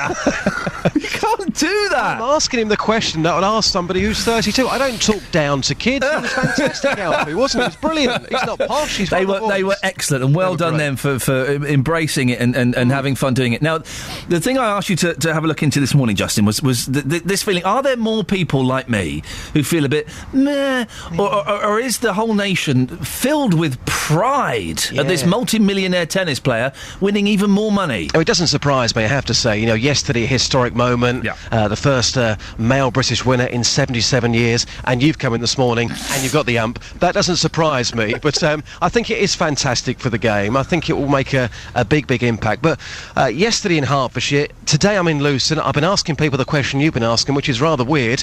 Has Murray's win made you feel a bit, and this is what happened. Andy Murray's won Wimbledon. Has it left you feeling rather, do you not really care? No, well done to him. He deserves it. He worked hard for it, but I'm not really into tennis. So you weren't jumping for joy yesterday? You're not waking up, punching the air, going, yes, he's finally done it? No. Tony, all the front pages this morning, all about Andy Murray. Do you really care? Has it left you feeling a bit, not really fussed? No, not fussed all that much, mate.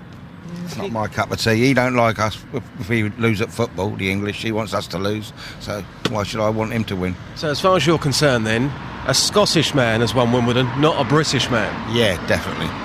Wayne, we've got Iain Lee back in the studio, who's a bit negative this morning, saying that Andy Murray's victory yesterday did absolutely nothing for him. How are you feeling today? The opposite. Yeah? He's done Britain proud. First time since 77 years. So to me, I've woken up this morning thinking, well done. It's inspirational and it's a good thing for British tennis. You're going to find loads of youngsters coming through now, fighting to find a local court, play, and it's just wonderful. So you seriously are waking up with a spring in your step because of yesterday? I am. And my first customer, which was in Luton, he had a newspaper out, holding a trophy. And I was there having a 5-minute chat with him saying, well done, Andy Murray, well done. Oh, grow up, mate. Grow up. You don't know him. He doesn't know you. He doesn't care about you. Well, I think some people are going to be negative, and I'll tell you why. Because it's Andy Murray. Yeah. Now, he's got an incredibly attractive girlfriend. He is a multi-millionaire. She's an 8, he's a 5. Yeah. He's just won Wimbledon, and still it's like, yeah, come on, mate, life is good. Embrace it. You are right now, right up there. The nation love you. Be happy, Andy. Be happy. Come on.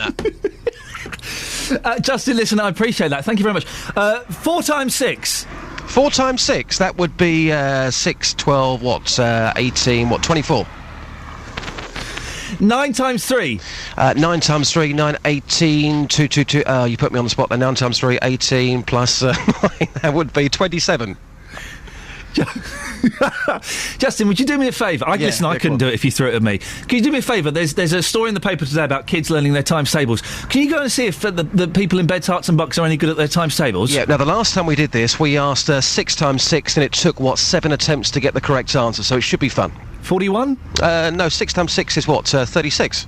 Well, there you go. Right, fair play. Justin, thank you very much indeed. Well, what do you think about Andy Murray? Has it left you feeling a bit meh? 08459 455 555. Murray beat Djokovic. You won't have missed it. 6-4, 7-5, 6-4 to become the first British man to win Wimbledon since Fred Perry in 1936. Well, I'm joined now by Terry Mabbott, who is a professional tennis coach from Bedfordshire. Morning, Terry. We spoke to you a little while ago. Did you expect that on this Monday morning we will be talking about Andy Murray, Wimbledon champion?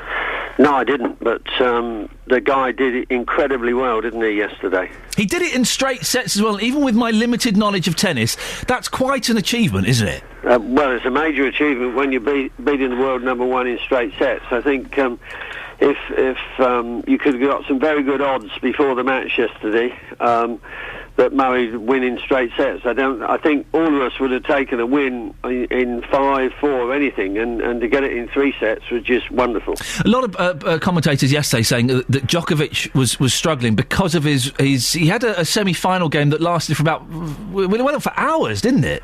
Well, it did. That went on for about 5 hours. Wow. But what they have forgotten about is that in the Australian Open last year, it took him nearly 5 hours to beat Andy Murray in the semi-final, and then in the final, 2 days later, he beat Nadal in a match which took nearly 6 hours, and so he was up for that one. I can barely stay awake for 6 hours, let alone physically exert myself for that long. That is incredible, isn't it? Well, that is, you're spot on, and I would just put down yesterday that Murray just played extraordinarily well.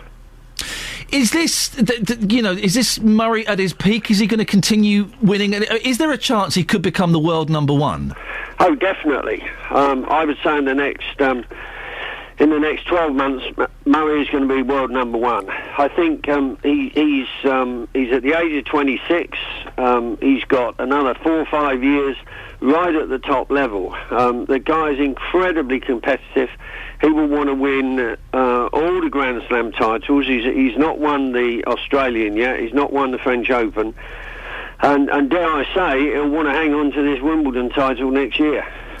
Now, listen, sorry, this is the thing that was puzzling me. Is Wimbledon... Obviously, Wimbledon is the highlight of British tennis. How is it viewed around the world? No, it's the highlight of world tennis. Is it really? Yeah. It's the first... Britain actually came up with the game, 140 years ago. And once they put tennis in the Olympics, every country now plays tennis. You've got 152 countries, I think, last year entered the Davis Cup, which is the men's team title. And so everyone in the world now plays tennis. So it is probably, the number one world individual sport. We just heard some young people there speaking to Justin who love tennis. Do you think that he's going to be an inspiration to younger people and they're going to start picking up their tennis rackets? Yeah, I do. I thought those kids were terrific, weren't they? Oh, superb, yeah. Yeah. No, I think that you're going to find, certainly in the next few weeks, that players are going to come. They're going to hopefully look to find where their local tennis club is, and if they don't play tennis already, let's hope that someone will come down there and get some coaching. Terry, listen, nice to talk to you again. Thank you very much indeed. Well, I certainly didn't think we'd be talking about Andy Murray, Wimbledon champion, on Monday morning. I thought we'd be talking about Scottish tennis player Andy, but he won, and congratulations to him. And listen, this isn't me being negative about him. It's not me saying, oh, it's because he slagged off the English a few years ago. Oh, it's because he's so dour. Oh, it's not at all. Listen, best of luck to him. Well done. Congratulations. It's just left me feeling a bit meh. Spelled M-E-H, possibly with an exclamation mark at the end. Are you the same? 08459 455 555. And if there is anybody brave enough to phone up and take my multiplication times table challenge, then do give me a call. 08459 455 555. Right now it's 7:45. Here's the travel news with Adam Glynn. Travel news for beds, cards and bugs. BBC Three Counties Radio. In Luton, Dunstable Road, the B579, we've got reports of a traffic light failure at Kingsway. Polly gave us a call on that one. Traffic apparently coping well for the minute. Dunstable, Pointers Road, shut. They're doing major roadworks and they're going to be doing them right the way through until mid-September. So Pointers Road is closed between the A505 and the Woodside Industrial Estate. The diversion takes you along the A505, Boscombe Road and Ports Avenue. Lynch Hill in Whipsnade still looking quite slow on the B4540 down toward the A5, and the A5 a bit busy around there as well as you go through and past Markyate. The M1 southbound slow moving from Flitwick to Luton, junction 12 to 10. It's quite busy on the A1 as well, coming toward the Black Cat roundabout southbound in Roxton, and then as you make your way past the A1M and further into London, then on the A1 you've got delays as you come through Boreham Wood from Stirling Corner to Mill Hill Circus. Slow moving on the M25 through the roadworks section near Potters Bar, busy from St Albans to Kings Langley, and it's also pretty slow as you make your way round toward the M40 at junction 16. First Capital Connect on the trains, back to normal service, Bedford to St Pancras, after the signalling problem at Bedford a little earlier. Adam Glynn, BBC Three Counties Radio. Thank you very much, Adam. Nearly 7:47, Monday the 8th of July. I'm Iain Lee. These are your headlines on BBC Three Counties Radio. Andy Murray has become the first British man to win Wimbledon in 77 years. Milton Keynes councillors are being accused of pressurising officers into cutting corners in the Wolverton station revamp, leading to a multi-million-pound overspend. In sport, world champion Sebastian Vettel of Red Bull has won his home German Grand Prix for the first time. Coming up, can we get your school-run nightmare stories, please? It's awful, isn't it, if you're dropping kids off at school, you live near schools, even if you're just travelling to work. Well, we'll be talking about a park and stride scheme being introduced for parents of children attending Samuel Lucas School in Hitchin. But how bad is it where you are? 08459 455 555. Right now, let's get the weather with Elizabeth Rossini. Beds, hearts and bucks weather. BBC Three Counties Radio. Hello. a very good morning to you. Well, it's going to be very similar to how it was yesterday. We do still have some mist patches out there at the moment, just really towards northern areas of Bedfordshire, but they should soon disperse and we'll be left with lots of sunshine just about everywhere across the three counties. So another glorious day. Just watch out for those very high pollen levels, hay fever sufferers. Lots more sunshine then, just a light northeasterly breeze. And temperatures today, on a par with what we saw yesterday. We're looking mid to high 20s actually for most of us, and 28 degrees in Celsius, which is probably the highest that we'll see, is 82 in Fahrenheit. So as we head through into this evening and overnight, again a very similar night to last night. A few clear skies, some mist and possibly even some fog patches forming into tomorrow morning, but largely clear skies. Temperatures down to between 12 and perhaps 15 degrees Celsius, so it could be quite an uncomfortable night actually for many of us again in the towns. And tomorrow more of the same, slightly cooler and cloudier by Wednesday, but that's just a temporary blip really before the temperatures are on the up again by Thursday, and we'll see plenty more wall-to-wall sunshine, and that will last for the rest of the week. It's looking like another gorgeous weekend, Iain. There we go. Can you try out a times table on me? Oh, you are brave. 9 times 12. 84. No. 84. No, 9 times 12. It's going to be 90. It's going to be 88. 80. No, it's not. Hang on a minute. It's higher than that. 90. No, it's going to be 90 plus. It's going to be 104. 2. Yeah, 104. 2. Hang on a minute. Oh, for goodness sakes! Now look. Calculator. I didn't say I could do it. Hang on. 9 times 12. We're quite good at these. 108. 108. I said that. No, you said 84. Shall we just end it here? Something else. Yeah, 108 there. Well done, Elizabeth. Unbelievable. If you've missed any of the programmes from the last week, you've missed things like this. As far as that woman's concerned, I agree with the previous caller. She's the biggest racist I've ever met in my whole darn life. But there is a way you can hear it all again. You speak like a pig. Oh, grunt. I mean grunt to you too. You speak like a silly old cow. Go to bbc.co.uk/3 counties and click on Listen Again. All of our programmes are available for 7 days, allowing you to listen to what you missed. bbc.co.uk/3 counties. That bit was very funny. Very funny. And I know you're going to want to listen to JVS today. He's got Katie Hopkins on. Who's she? She was on The Apprentice. And she doesn't like her kids playing with children that have got common names. Lower class names, I think, is the phrase she uses to describe them.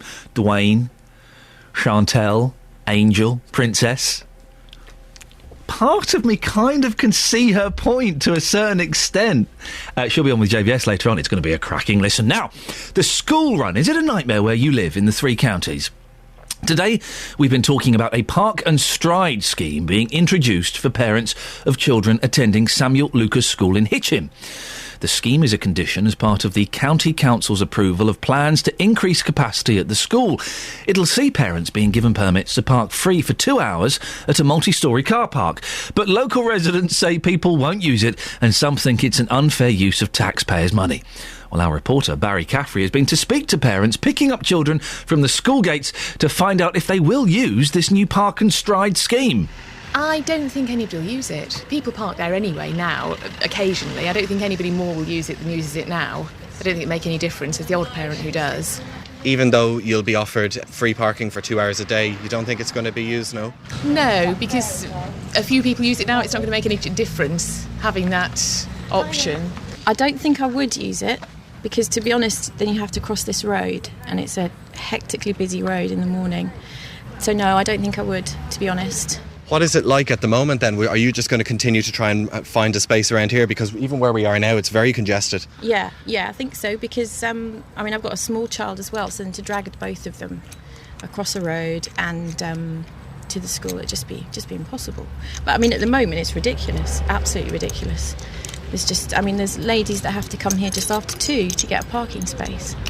I think if it was brought in, they should really advertise it and probably make parents use it. And if they do come in here, they should kind of be deterred, literally, from driving in here. I think anybody that lives around here, really, that can walk should walk, really, to be honest. So you're one of the few that I've met so far walking.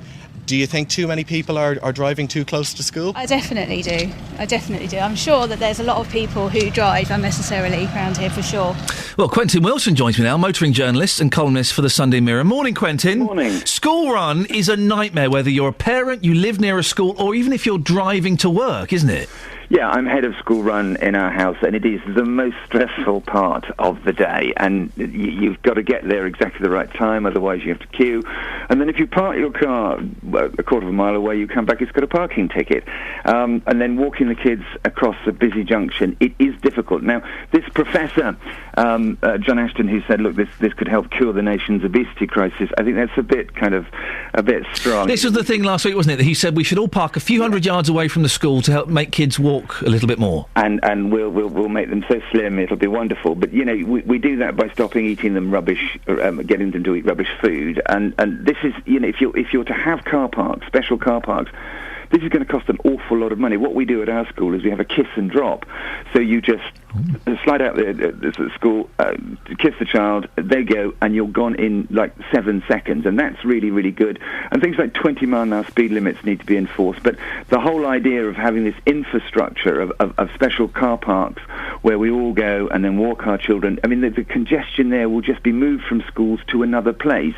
And it's really, really, really hard to manage. So you don't think an idea like this, the Park and Stride, where they park in a multi-storey car park a little away from the school, you don't think that'll work? It's a really good idea, but then it's going to be 5 minutes getting up the multi-storey car park, getting a ticket, all this sort of thing. You're going to be late to school, and that is the thing that most people are worried about. You know, we've got to get the kids there on time, otherwise they get minus marks, and the headmaster clucks his tongue at you.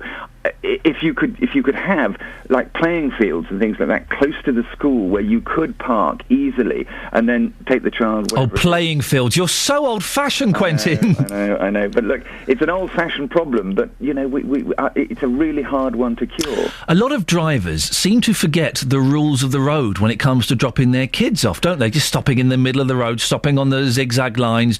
They drive terribly. Yeah, and I mean, I have to go in a tiny little car down to school, because if I take anything bigger, it's going to get bumped, we're going to get boxed in, it's going to be a nightmare. So you have to change your behaviour because of the school run, and you have to start getting the kids ready at about 7 o'clock. Otherwise, if you don't get there at exactly the right time, you're stuck in a traffic jam. So yes, it is a problem, and yes, we need to cure it, but I don't think it's as easy as this guy thinks. Quentin Wilson, always nice to talk to you. Thank you for joining us. Deirdre Murphy is Secretary of the NUT in Bedford Borough. Morning, Deirdre. Do you think that offering parents free parking somewhere like this sounds like a good idea? Quentin Wilson doesn't think it will work. Well, there's a number of issues here. I don't live in Hitchin and I don't really know the problem, but as far as I can gather, the school is expanding. And I think that, first of all, the Education Committee should be looking at how other schools can take the capacity. As far as parking is concerned, yes, you're absolutely right. It is a huge problem. But I think parents have got to take a responsible attitude that if you live close to the school, I think it is a better way to walk your children to school. Or you could actually consider it a very old-fashioned thing about walking buses, about organising parents to actually get kids to join this walking line. Or, if that could be considered, maybe a cheaper option would be to look at points of getting a school transport to pick up kids from a particular point and bring them into the school. It is far too dangerous for parents to be dropping kids off where it causes a congestion and causes a health and safety risk. But did you? We've talked about school buses on this show before, and boy, oh boy, have I been in trouble for some of the things I've said. But a lot of parents say they can't afford to put their kids on the bus. Their school is reluctant to kind of club in and get a school bus. And we're inherently lazy, aren't we, Deirdre? We do like the convenience of a car. But the money for the multi-storey car park, where is that coming from? Hopefully not from the education budget. That would be, of the school, that would be disastrous. But I really do think that parents have got to look at it with the school in a way. You may not be able to afford it, but can we afford for one child to lose their lives because of irresponsible parking by parents to drop off. I've seen it in other schools where parents do double park. Therefore, the vision for some people to cross the road has been marred, and it does cause, it is dangerous.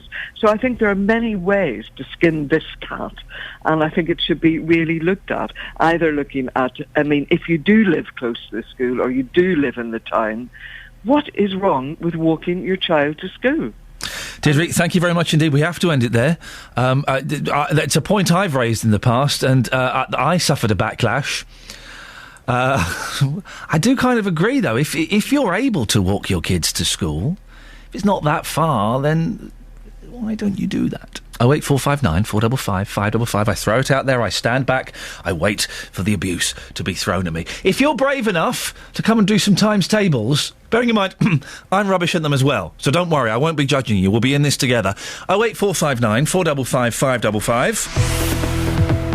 Travel news for beds, cards and bugs. BBC Three Counties Radio. 7/8, Adam. 56.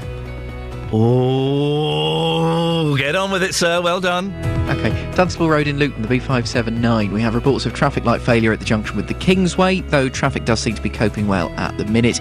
Speed sensors showing a fair delay now on the A5. It's looking slow on the southbound side as you make your way through Dunstable from the A505 down toward the M1, and Lynch Hill's looking a bit slow coming toward there from Whipsnade as well. The M1 southbound, slow moving from Flitwick at junction 12 toward Luton at junction 10 at the airport.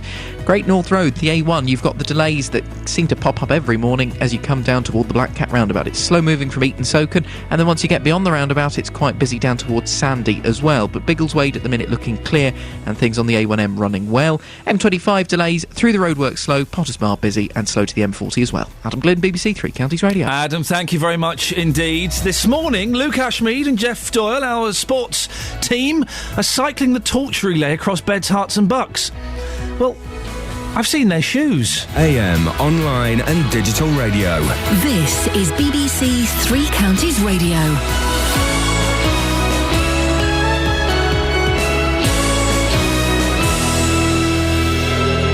It's 8 o'clock. I'm Catherine Boyle. The headlines: Murray makes sporting history. MK Council is accused of pressurising officers, and a home soil victory for Vettel. BBC Three Counties Radio. Andy Murray is expected to become one of the highest paid British sportsmen at his win at Wimbledon.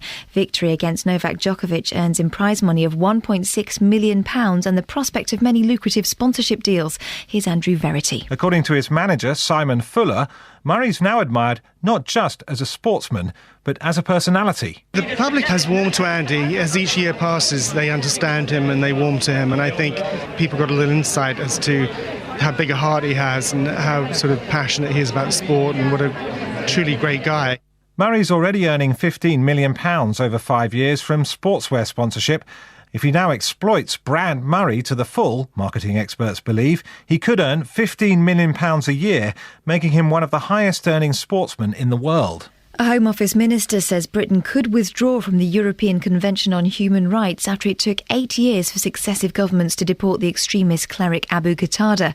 The Home Office minister James Brokenshire says the government's looking at things they can do to speed up such cases in the future. Clearly, there are things that can be done in our own immigration laws, and that's why we'll be publishing an immigration bill later this year to streamline the stages of the appeal process, expedite national security cases, and also reform rights of appeal. But I think we do need to look at the balance contained within our relationship and the European Convention of Human Rights, and I think we do need to keep all options on the table. Councillors in Milton Keynes are being accused of pressurising officers into cutting corners, leading to a multi-million-pound overspend in the recent revamp of Wolverton Station. That's the view of several former employees, expressed in reports and emails seen by BBC Three Counties Radio.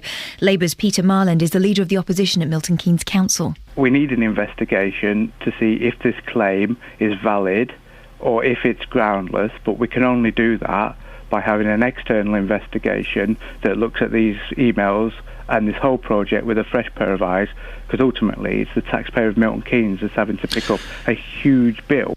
More on this story up next with Iain Lee. Hitchin residents are questioning the merits of a new scheme giving parents of local school children free town centre parking. In a bid to cut congestion after the expansion of Samuel Lucas School, parents will be issued with permits to park free for 2 hours. A year after the Olympic torch lit up the streets of Beds, Herts and Bucks, our sports team are retracing the route to see how the London Games inspired local people. You can hear reports today and tomorrow from Jeff Doyle and Luke Ashmead as they cycle more than 150 miles on the anniversary of the torch relay, examining the sporting legacy of the Games. Why? In sport, Andy Murray wasn't the only sportsman to end a personal wait for success on home territory yesterday. The World Championship leader Sebastian Vettel of Milton Keynes-based Red Bull won the German Grand Prix. The weather dry, hot and sunny with a top temperature of 29 degrees Celsius, that's 84 Fahrenheit. Get the latest news and sport online at bbc.co.uk/3counties. This afternoon, me and the boys in our pants, in the garden, throwing water at each other. What a lovely picture. You coming? I'm washing my hair. So glad you said that, but even still.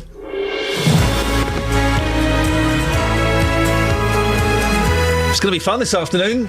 Me and my two boys in the garden, going to get the hose out. Yay! Mum's at work, going to get the hose out in our pants, running around having a hose war. It's going to be awesome!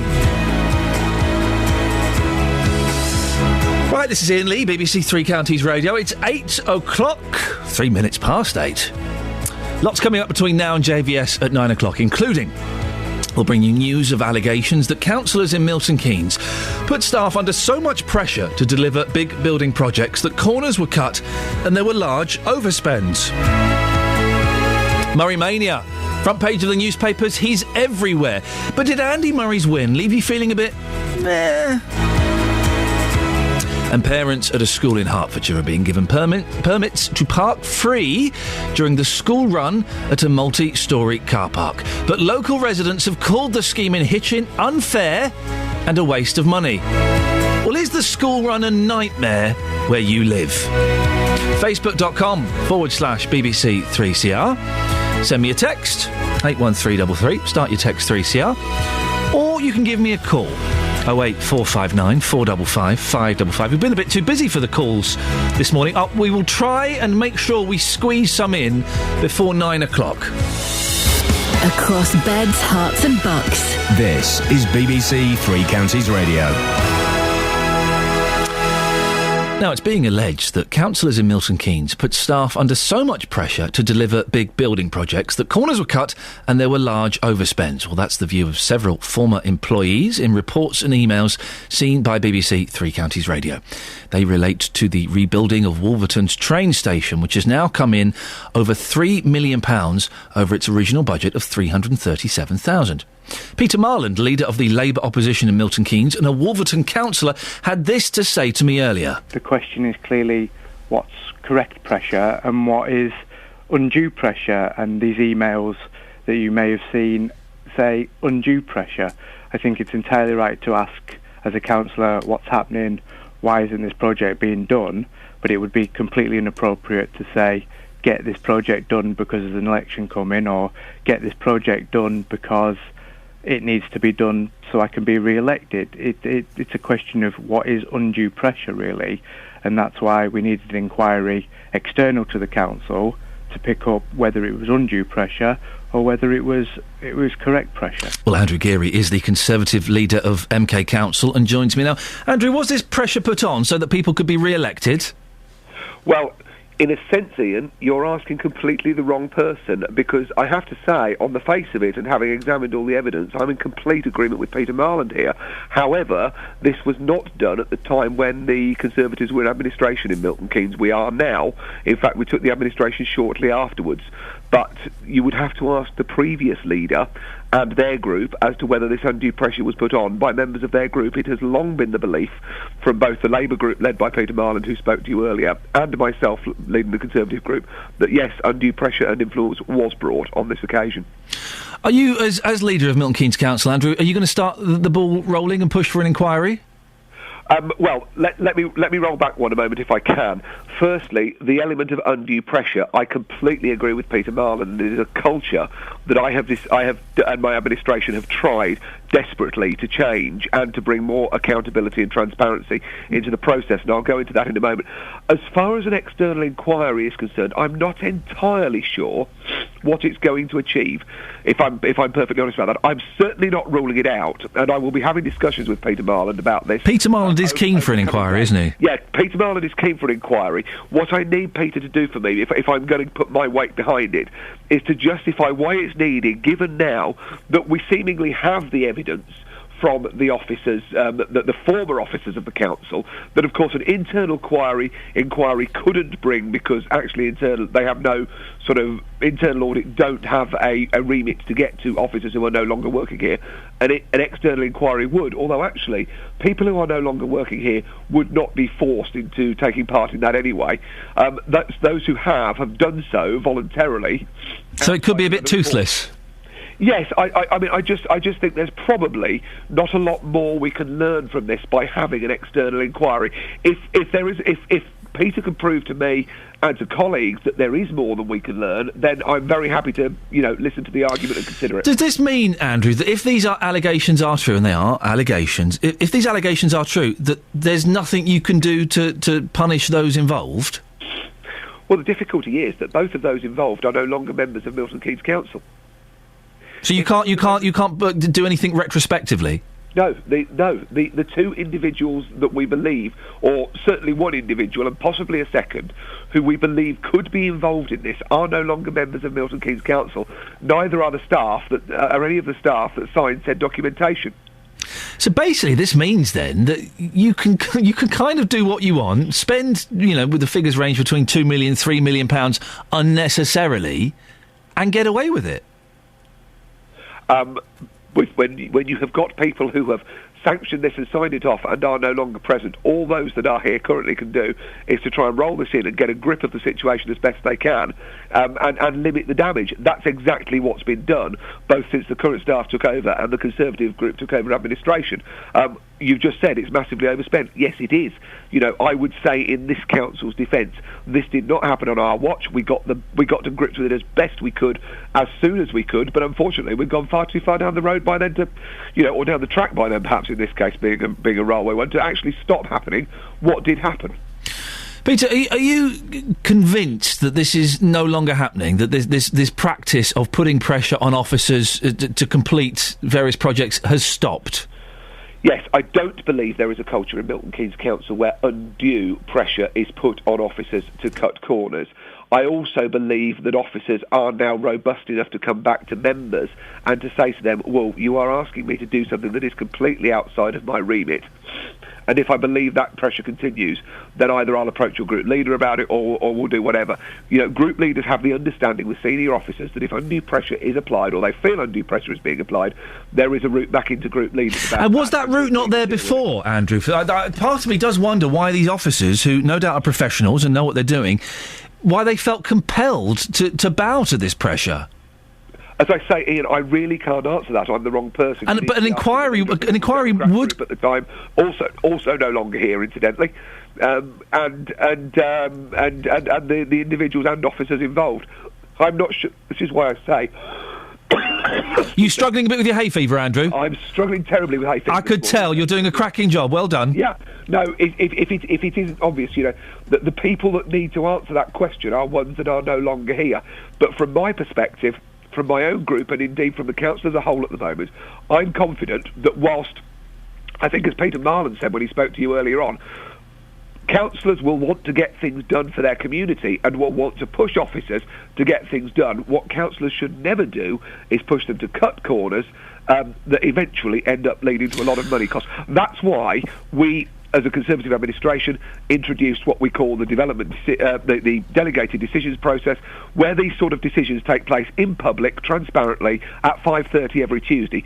It's why we introduced the procurement committee, so that all major procurements are done in public, transparently, so that people can turn up, see them, and challenge them if they want to do so. No corner cutting. Andrew, listen, final question, then we're going to let you go and have an antihistamine. Has anything illegal been done in this? There's no chance of pressing pressing criminal charges or anything?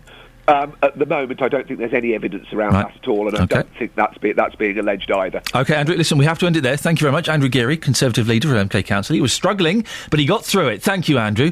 We're joined now by our political reporter, Paul Scoynes. Paul, you heard what Andrew Geary had to say there, and you've spoken, I believe, to someone who was part of the leadership at the time. What have they said about this? Well, yes, that's right, Iain. I've had a conversation and several emails with somebody who was on the cabinet at Milton Keynes Council at the time, and they said that the pressure that would have been exerted on officers, they said, was perhaps fair, and actually that anybody who was in knowledge of the full facts wouldn't consider it to be undue or inappropriate. There was also a feeling that as a sort of involved councillor, why they shouldn't be expected not to sort of put a little bit of pressure on a project which had run a long way overdue and by that point already quite a lot under budget, so they felt they were just doing their job to an extent. I mean, it's worth noting as well in the emails that we've seen from the officers, they said that it wasn't just Wolverton Station, it was also potentially some of the other big projects in Milton Keynes as well, which is why these calls for an inquiry, I think, certainly the politicians feel are very justified, because if you've got something wrong at one place, what's to say that there haven't been problems on other projects or couldn't be problems again in the future, as you pointed out. We know that Peter Marland, leader of the Labour opposition in MK, is keen for an inquiry. Andrew Geary, Conservative leader of MK Council, wasn't quite so keen. He thought it would ultimately be pointless. Yeah, the cost of an inquiry like this, I mean, you get in external auditors, it's a private company of accountants, and, it costs a lot of money, potentially £20,000, £30,000, even more sometimes in some instances. So you could understand why a council which is already facing budgetary pressures would be slightly loath to invest more money in something like this. But on the other side of it, if people do want to know exactly what's gone on without any sort of feeling that there is a bias of one way or another, then an external independent inquiry is really the only thing that you can do on such a matter. People couldn't be compelled, though, could they, to give evidence?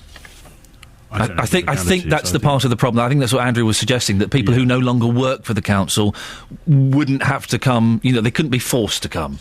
Well, the people who no longer work for the council they have made some certainly one of them has made a very full submission to the audit committee of the council. It's one of the backbench committees, and that will soon go in the public domain. That's what we've seen already at Three Counties Radio. We've been sort of given access to that before anybody else has. So we've sort of had a look at that, and in that they say that not just the concerns about the pressure, but also about other projects that is there.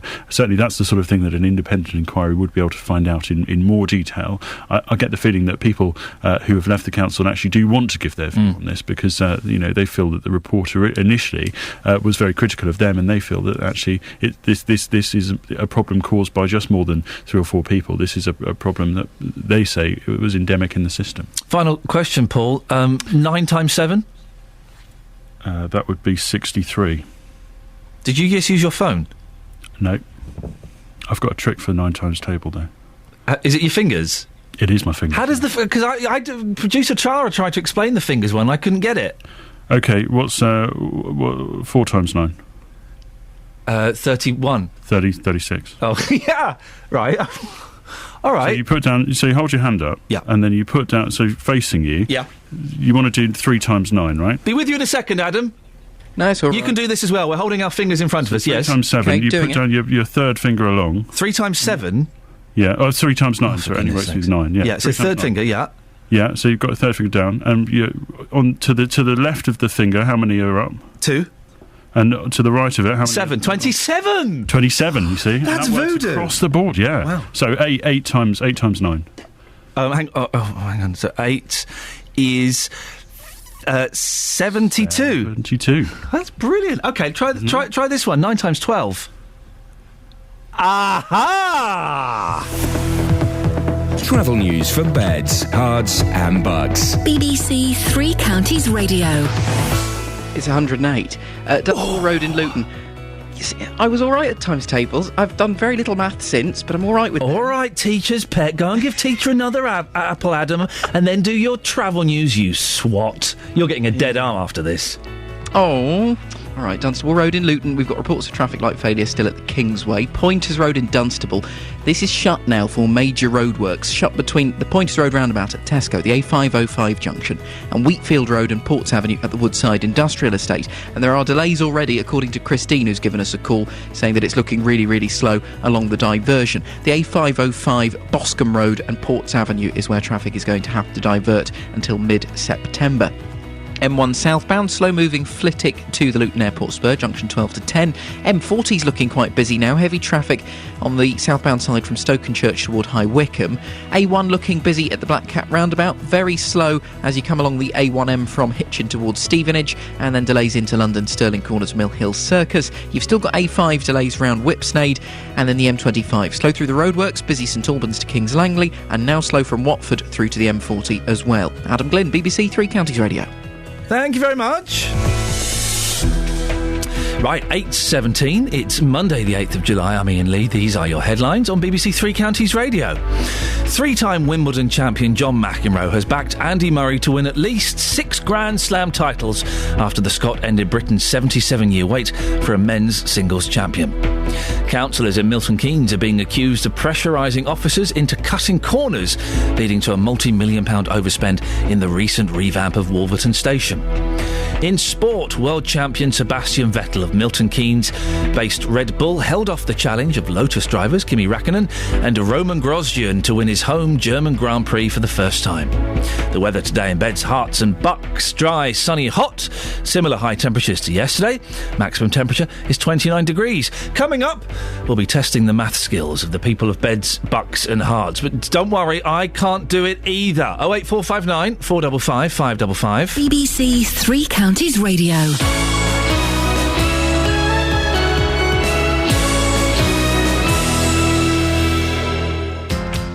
Every weekday from 12, Nick Coffer brings you great guests. Julian Clary, welcome to BBC Three Counties Radio. Legendary Genesis guitarist Steve Hackett, Supertramp frontman Roger Hodgson, Carol Decker of Tapao fame joins me now. Great conversations. China in Your Hand is about the fragility of your dreams and that you should be careful what you wish for. Something very addictive about making people laugh is standing on stage and every few seconds getting that hit of a laugh. Nick Coffer. Weekdays from 12 on BBC Three Counties Radio.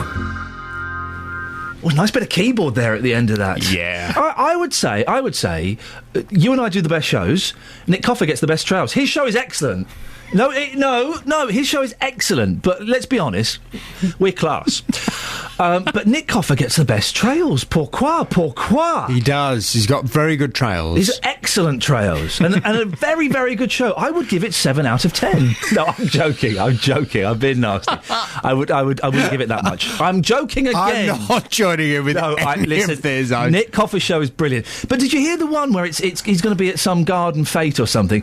It's nature. There's an orchestra playing. It sounds amazing. We don't get that. The best you get is coming up on the JVS show. I'll be asking about beds. They do that effect, so it sounds like you're on the phone. So tell me about your broken bed. They do that, don't they? Why do they do that? Why do they make him sound like you're on a phone or on a medium wave radio? All this time and effort to get us on DAB, and then they make the show sound like it comes down a telephone line. Earlier this week, I spoke to Frank Bruno's daughter. Frank Bruno's daughter. Hear what she had to say. That is very funny. It's true. It's true. What's on your show this morning? Oh, you're right. Coming up at big... no, I just took it out of me, all that laughter then. I was a little worried I might be about to have a seizure. Oh, gosh, no. You've got a jumper on, I've just noticed. It's cold in here, isn't it? It's the second hottest day of the year. It's going to be 30 degrees. Yes, it's nice out there, not in this overly air-conditioned building. Got a jersey with a T-shirt on. It's like we work in an abattoir in here. It's so cold. In more ways than one. It's like a butcher's fridge. Coming up at 9 on the big phone-in. Are you all right? Butcher's fridge is a lovely phrase. Well, it is so, isn't it? It's like a butcher's fridge. It is, and mainly because it's blood-stained walls as well. It stinks of rotting meat. Three Counties Radio. Well, there is a smell at Three Counties Radio. There is a smell at Three Counties Radio. Getting back to Nick Coffer. What? You're blaming Nick Coffer? No, but... Ooh. Anyone that's ever been into our building here, you'll notice there's a foul smell. It does stink. No one's ever been able to work out what it is. No. It's in the fabric.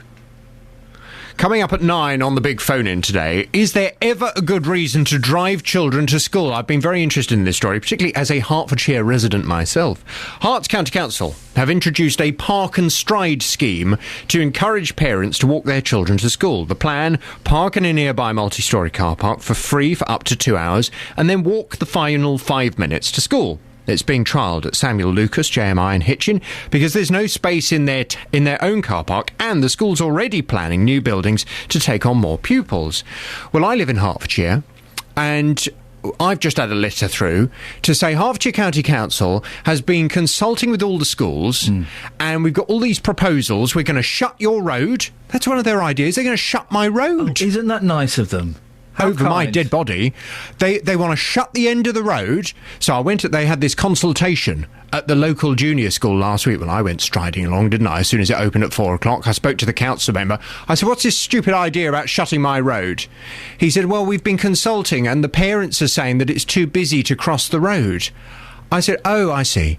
So you're going to shut my road to mean that everyone has to go all the way around the block to get in, and you're doing it because you think that's going to suddenly encourage parents to walk their children to school. Are you stupid? Do you honestly think that's going to stop all the 4x4s rocking up outside the school, dropping off Tamara and Tarquin for their... I mean, for goodness sake, what do they think it is? They're shutting roads. They're putting these great big lumpy zebra crossings everywhere. Hertfordshire's going to grind to a halt. All because parents apparently are now going to start saying, no, we won't drive the children to school. It's so safe out there. We'll just let them walk. Yeah. Or from 9 this morning, is there ever a good reason to drive children to school? I want your views. 08459 455 555. They're not, though, are they? They're not. Of all the stories I expected you to get passionate... They're going to shut my road. And angry about. Shut my road. This was not it. I'm livid. I've sent a stinking email. I'll have to drive. It will add about 5 minutes onto my journey to and from work every day. You should... This is what you need to do. The Consumer Hour, which you know I'm a huge fan of, ditch it for the next month and make this your campaign. JVS's campaign to stop your road being shut. It's bang out of order. But if I thought it was going to work, I'd be behind it. Yeah. But it's not. Yeah. Because, and you hit on this earlier... The reason that parents drive their children to school is there's a whole host. Mainly, it's easy. Yeah. B, they kind of... It's part of their day, isn't it? Oh, no, it's OK, because we drop the children off on the way to work, or we drop the children off and then I go off to the gym after that, or whatever. I drop the children off because, I don't want them to be assaulted by a weirdo or a pervert on the way to... There's all these reasons. I don't want the roads are too busy. Oh, gosh. You know what I mean? Do you want to start now? I'll go and you can do the... I'm very fired up about this. I can tell. From 9, is there ever a good reason to drive children to school? 9 times 6. 248. Call 08459 455 555. BBC Three Counties Radio. He's still banging on about it. Oh, it's going to be worth a listen, isn't it? And he's got Casey Hopkins on, slagging off people with lower class names. It's going to be a fiery show. I suspect there might be some angry phone calls this morning. 08459 455 555. Well, there's a story in a lot of the papers that 9-year-olds are going to be forced to learn their 12 times tables. I'm surprised. I remember learning my times tables at the... I would have been about 5 years old with Miss Earl. Do you remember the tune? 2 times 2 is 4. 3 times 2 is 6. 4. That was the tune, wasn't it? Well, how good are you at maths? Are you any good? Well, I'm joined now by Emma's from Bedfordshire. Morning, Emma. Morning. Emma, you're a young person. Can I ask how old you are? I'm 12. You're 12 years old. Why aren't you at school? I am at school. Oh, look at you. Hang on a minute. How are you phoning us from a school? It's not started yet. Oh, nice one. Excellent, excellent. Are you a little bit of a swat, Emma? What does that mean? You don't know what a swat is? No. Teacher's pet? No. You're not a teacher's pet? Okay. No. Well, Emma, say hello to Colin in Harpenden. Morning, Colin. Morning, You're Colin? Yes. I suspect you're going to win this, Emma. He doesn't even know his own name. Colin, were you a swat at school? Not really, no. You want a teacher's pet? No. OK, we're going to have a little maths competition here. I'm just drawing up a chart here, putting Emma on the left. Colin, you're going to go on the right. Were you any good at times tables, Colin? Yes. OK. Oh, OK. And Emma, do you have to learn your times tables like 2 times 2 is 4, 3 times 2 is 6? Do you learn it like that? In primary school. Yeah. And is it still the same tune? Not really. What tune do you have these days? Well, we don't really learn it anymore. We just do the work now. Well, you just do the work now. OK, right, here we go. So, Emma, your first question. 7 times 9, Emma? 62. 60? I mean, 63. Yeah, I'm going to give you that. You take a little second to get in there, don't worry. Colin? Yes? 5 times 7? 35. Eey. Emma? 6 times 12? 70. 70? 68. 72. Oh, God. Colin? 72. 72. You won't get a point for that, Colin, but Emma, you're wrong. OK. So, not brilliant. OK. Colin? Go on then. 11 times 11? 121. Well, say that as a number. 121. There we go. Well done. 121. OK. Emma? Yeah? 9 times 6? 54. What? 54. You are awful, Emma. I'm going to make you stay in school for the next 20 years of your life. Do you know the answer, Colin? Was it 5 times? Oh, for goodness sake, you don't even know the numbers I'm saying out loud. No. 5 times. Oh, hang on a second. 45. Oh, right, hang on a minute. Right, I'm being told, Producer Tara, the echo. Producer Tara, come on the radio and talk to me. Or your microphone isn't working. For goodness sake, this is descended into fuss. This is blooming Jonathan Ross and Russell Brand all over again. Your microphone isn't working for some reason, which is only slightly frustrating. It turns out you were right, Emma. I'm getting a barrage of tweets and texts and people saying you got the answer correct. Yay! So it's too. I can only apologise. These answers were given to me by my team. Right, okay. Colin. Yes. 7 times 12. 92. 92? 84. 84. No, you got it wrong. You got it wrong. Okay. Although you may have got it right, considering these answers have been given to me by an idiot. Oh. I'm not saying you, Producer Tara. I'll blame it on Kelly Betts, who's not here. Right, this is it. It's 2-2. This is the decider. The first one to shout in with the answer is the winner, OK? Boy, isn't this fun, kids. Emma and Colin, here you go. This is the tough maths question. The first one to jump in with an answer, the right answer, hopefully, will get this right. Are you ready? Yep. Here we go. 9 times 4.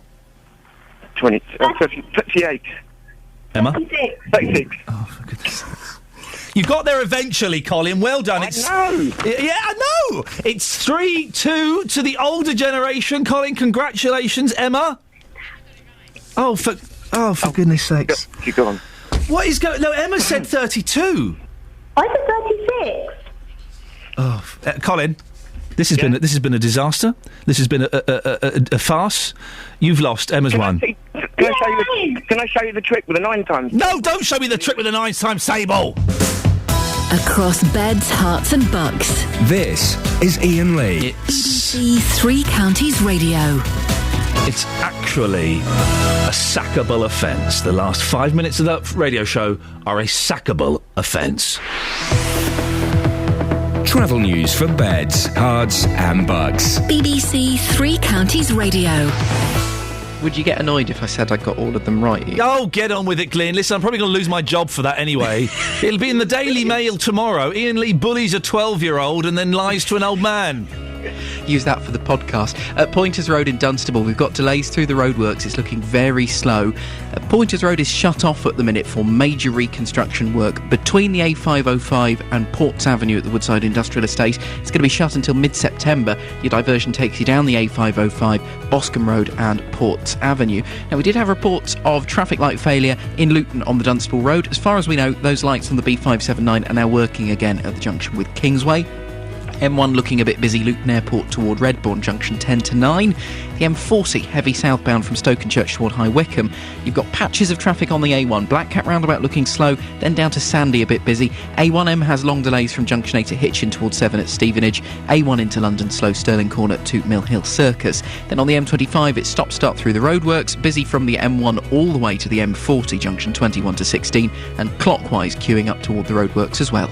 Trains and tubes running fine. Adam Glynn, BBC Three Counties Radio. Across beds, hearts and bugs. This is BBC Three Counties Radio.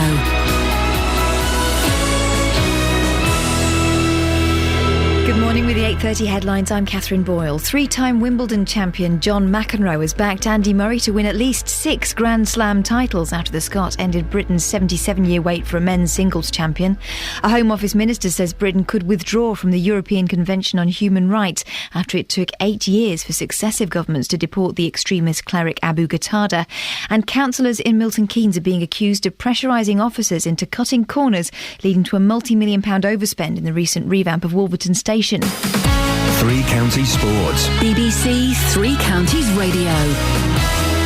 For the first time in 77 years, Britain has a men's Wimbledon champion. Murray serves. Here it is. Forehand from Murray, backhand from Djokovic. Murray's the Wimbledon champion. It seems ludicrous to say it. 6-4, 7-5. But a British 6-4. man has just won Wimbledon. And Andy Murray, 6-4, 7-5, 6-4, has only gone and done it. He did. Murray beat the world number one Novak Djokovic in straight sets to become the first British men's winner since Fred Perry in 1936. And Murray wasn't the only sportsman to end a personal wait for success on home territory yesterday. The World Championship leader Sebastian Vettel of Milton Keynes-based Red Bull won the German Grand Prix. To have so many people the whole weekend cheering for you, and then especially once the flag came out to cross the line first, and to see on the way in the support, especially around turn 7, there were so many people. It's a little bit like a stadium there, so try to obviously take it all in and enjoy that, and that's something that I think hopefully one day I can tell my grandchildren. The Lotuses of Kimi Räikkönen and Romain Grosjean were second and third, and Lewis Hamilton faded from pole position to finish fifth. However, Red Bull were fined £26,000 after a loose wheel from Mark Webber's car hit a TV cameraman in the pit lane. He suffered a broken shoulder and cracked ribs. In football, Watford played their first pre-season friendly in Italy yesterday and won emphatically. The Hornets beat Val Venosta 5-0, and MK Dons play their first pre-season friendly tonight. They'll take on St James's Gate in Ireland. And that's the latest news and sport. I'll be back with more at 9 o'clock. Across beds, hearts and bucks. This is Iain Lee. BBC Three Counties Radio. Well, here's my philosophy. Just pretend the last 10 minutes never happened and move on. Morning, this is Iain Lee, BBC Three Counties Radio, here until 9 o'clock, then JVS will take over. He's angry today. I don't know if that's a good or a bad thing. I suspect there will be a few fights on the air, so definitely worth a listen. In the last 30 minutes, more maths, more Andy Murray, and we'll also be talking about school parking. 08459 455 555 is the telephone number if you want to give us a call. Now, we have been focusing on the school run in Beds, Herts and Bucks this morning, with residents in part of Hitchin unhappy about a park and stride scheme attached to the planned expansion of a nearby school. Similar projects have been considered in other areas of the three counties, including Bedford. Well, the school run is a problem all across the three counties. Motoring journalist Quentin Wilson had this to say to me earlier. dear. I'm head of school run in our house, and it is the most stressful part of the day. And you've got to get there exactly the right time, otherwise you have to queue. And then if you park your car a quarter of a mile away, you come back, it's got a parking ticket. And then walking the kids across a busy junction, it is difficult. Now, this professor, John Ashton, who said, look, this could help cure the nation's obesity crisis, and we'll make them so slim, it'll be wonderful. But, you know, we do that by stopping eating them rubbish, getting them to eat rubbish food. And this is, you know, if you're to have car parks, special car parks, this is going to cost an awful lot of money. Well, that was Quentin Wilson talking to me earlier on, joined now by Councillor Charles Royden, Bedford Borough Council's portfolio holder for transport and highways, and he's looked at ways to make the school run easier for everyone. Morning, Charles. How much of a contentious issue is parking outside schools? Well, it's very contentious because parents do want to park their vehicles right outside the school, and if I can take issue with Quentin, the idea of parents parking their vehicles quarter of a mile away and get a parking ticket is ridiculous. What we're talking about is parents who park their cars literally on the zigzags outside schools, and when they do that, they put children's lives at risk, and you can't allow people to do that. That's really wrong. And we've been trying to get that message across in Bedford, and we've been trying to promote a lot of schemes which will hopefully allow children to be able to get to school on their own when they're old enough, and cut down on the congestion which we see around schools. Parents and people are lazy, and they like convenience, and they like just going past their school, dropping the kids off and driving on. Yeah. They're not going to take part in a park and stride scheme, are they? Oh, walking buses have been quite popular in Bedford over the years. I'm not sure how many we've got left at the moment, but there are certainly some informal schemes, and schools are encouraged to do that. If a group of parents can get together and walk their kids to school instead of taking a car, that's a good idea. How many of those schemes are going? I'm not sure how many are going at the moment. We certainly had two in my own ward in Brickhill, but I know of informal schemes which are going on in Brickhill. They're not organised by the council, but parents get together and they take it in turns, and that's a good idea. There'll be a few of them doing it, but it's not going to be more than a handful of kids, is it? It's not a massive programme. I wish it was. And you know, we've just built a new school in Bedford, and one of the things that we did was to build a very large car park next to it at Great Denham, where parents can park free of charge and walk their children to school. It's not that we want to preclude cars. We're not anti-car in Bedford. Very, very much to the contrary. But what we have often in places is schools in built-up areas where you can't build new car parks, and you just have to try and ask parents to be sensible and not park right outside the school gates. And when they do that, then obviously we are compelled to give them tickets because you're putting children's lives at risk. You've got camera buses, haven't you, to monitor the daily school run? Yeah, sure, absolutely. Camera cars. Yeah, they go around and if someone's parked on the zigzags, and we're talking about right in close proximity to school, then they will issue a ticket immediately. I mean, I was in school in Brickhill only 2 weeks ago, and I was with a young man who was in a wheelchair, and he'd been in a wheelchair for quite a considerable time. And I looked at his leg, and it was really mangled, and he'd been run over, coming home from school. And when you see that kind of thing, it makes you realise that it's worth just parking a car just a little bit away from the school, just to make the roads a bit safer. What other plans are you looking at to make the school run a little better? I tell you, I'm asking JVS, who's on after me at 9 o'clock. He lives in Hertfordshire, and they are planning to close his road at the drop-off and pick-up times. Okay, that sounds anti-car. I mean, it's just on the face of it, I don't know the situation. It sounds anti-car, and we are absolutely not anti-car. We are pro-walking, we're pro-cycling. So what we'll do is we've got a road safety officer who'll go out to schools, who'll advise schools on what they can do. We operate events such as Captain Safety, which encourage children to walk to school safely. We employ a team of school crossing patrols across the borough. We'll also do lots of other events such as Walk to School Week, which we hold on May and October every year. So, we've got to try and encourage people to use bicycles, to use cars. In 1985, 2/3 of primary school children walked to school, and now it's less than half. Now, that's not great. We want to try and encourage people to walk. But you don't do it by being nasty to car drivers. That's just going to make everyone really, really cross, and they'll go the other way. Charles, thank you very much. Charles Royden, Bedford Borough Council's portfolio holder for transport and highways. I didn't mean to play that, but it's as apt as anything, considering where we're going next. We're going to catch up with our sports team of Jeff Doyle and Luke Ashmead. That's not the noise they're making, although I suspect it's not much more manly than that. They are cycling the length of the Olympic torch relay route. Oh, they can hear me. 12 months on, they left Bedford International Athletic Stadium early this morning. Oh dear. Whereabouts are you now, chaps? That's very, very... That's painting a horrible image in my mind. Yeah, Don't do that again, Luke. No, I'm never doing that Listen, again for the rest of my life. We're well ahead of the schedule now. Yep. We've already made it to Letchworth. Oh. As part of the high fives all round. We were supposedly en route to here. We're going great guns, Luke, eh? Yeah, really, really good. I mean, I found that last section very easy. What, in the car? Yeah. Yeah, sat in the front seat of the radio car. It was the uphill bits, I thought, we did really well. Yes. Why are you not both riding together, you two lightweights? Well, it's a hot day, isn't it? We've got 2 days of this, Ian. It's miles and miles and miles. We've got to rest our weary legs every now and again. But I was helped on that last leg from Cotton End to Letchworth by these gang. Now, the Bedford cyclists are gradually leaving us to actually go and do some proper work, Ian. They've now got to go and do their day jobs. But I was just stuck behind some of these guys who were dragging me along. That wasn't a bad route, was it? That was fine. It was a bit traffic at this time of day, but it was okay. It was straightforward. How fast were we going? I thought we were absolutely bombing it, but you'll probably now tell me it was just a nice, gentle pace. It was fairly gentle. Very gentle. It was pretty gentle. Oh, they've... champion. Yes. Where have you been recently? I was in France in May.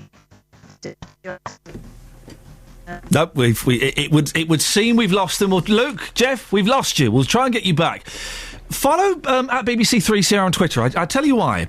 A picture has been posted of Luke and Jeff on their Herculean task. And Jeff is a lovely bloke. He doesn't half dress weird, though. He does. Now, I tell you why. He's got shorts on. And they've both got fluorescent jackets. Well done. You have to. The people are asking why they're fluorescent jackets. BBC Health and Safety. But he's also wearing socks. That's fine. And flip-flops. Are you there? Oh, they can hear me again. Look, every time I go and slag them off, I get told they can hear me.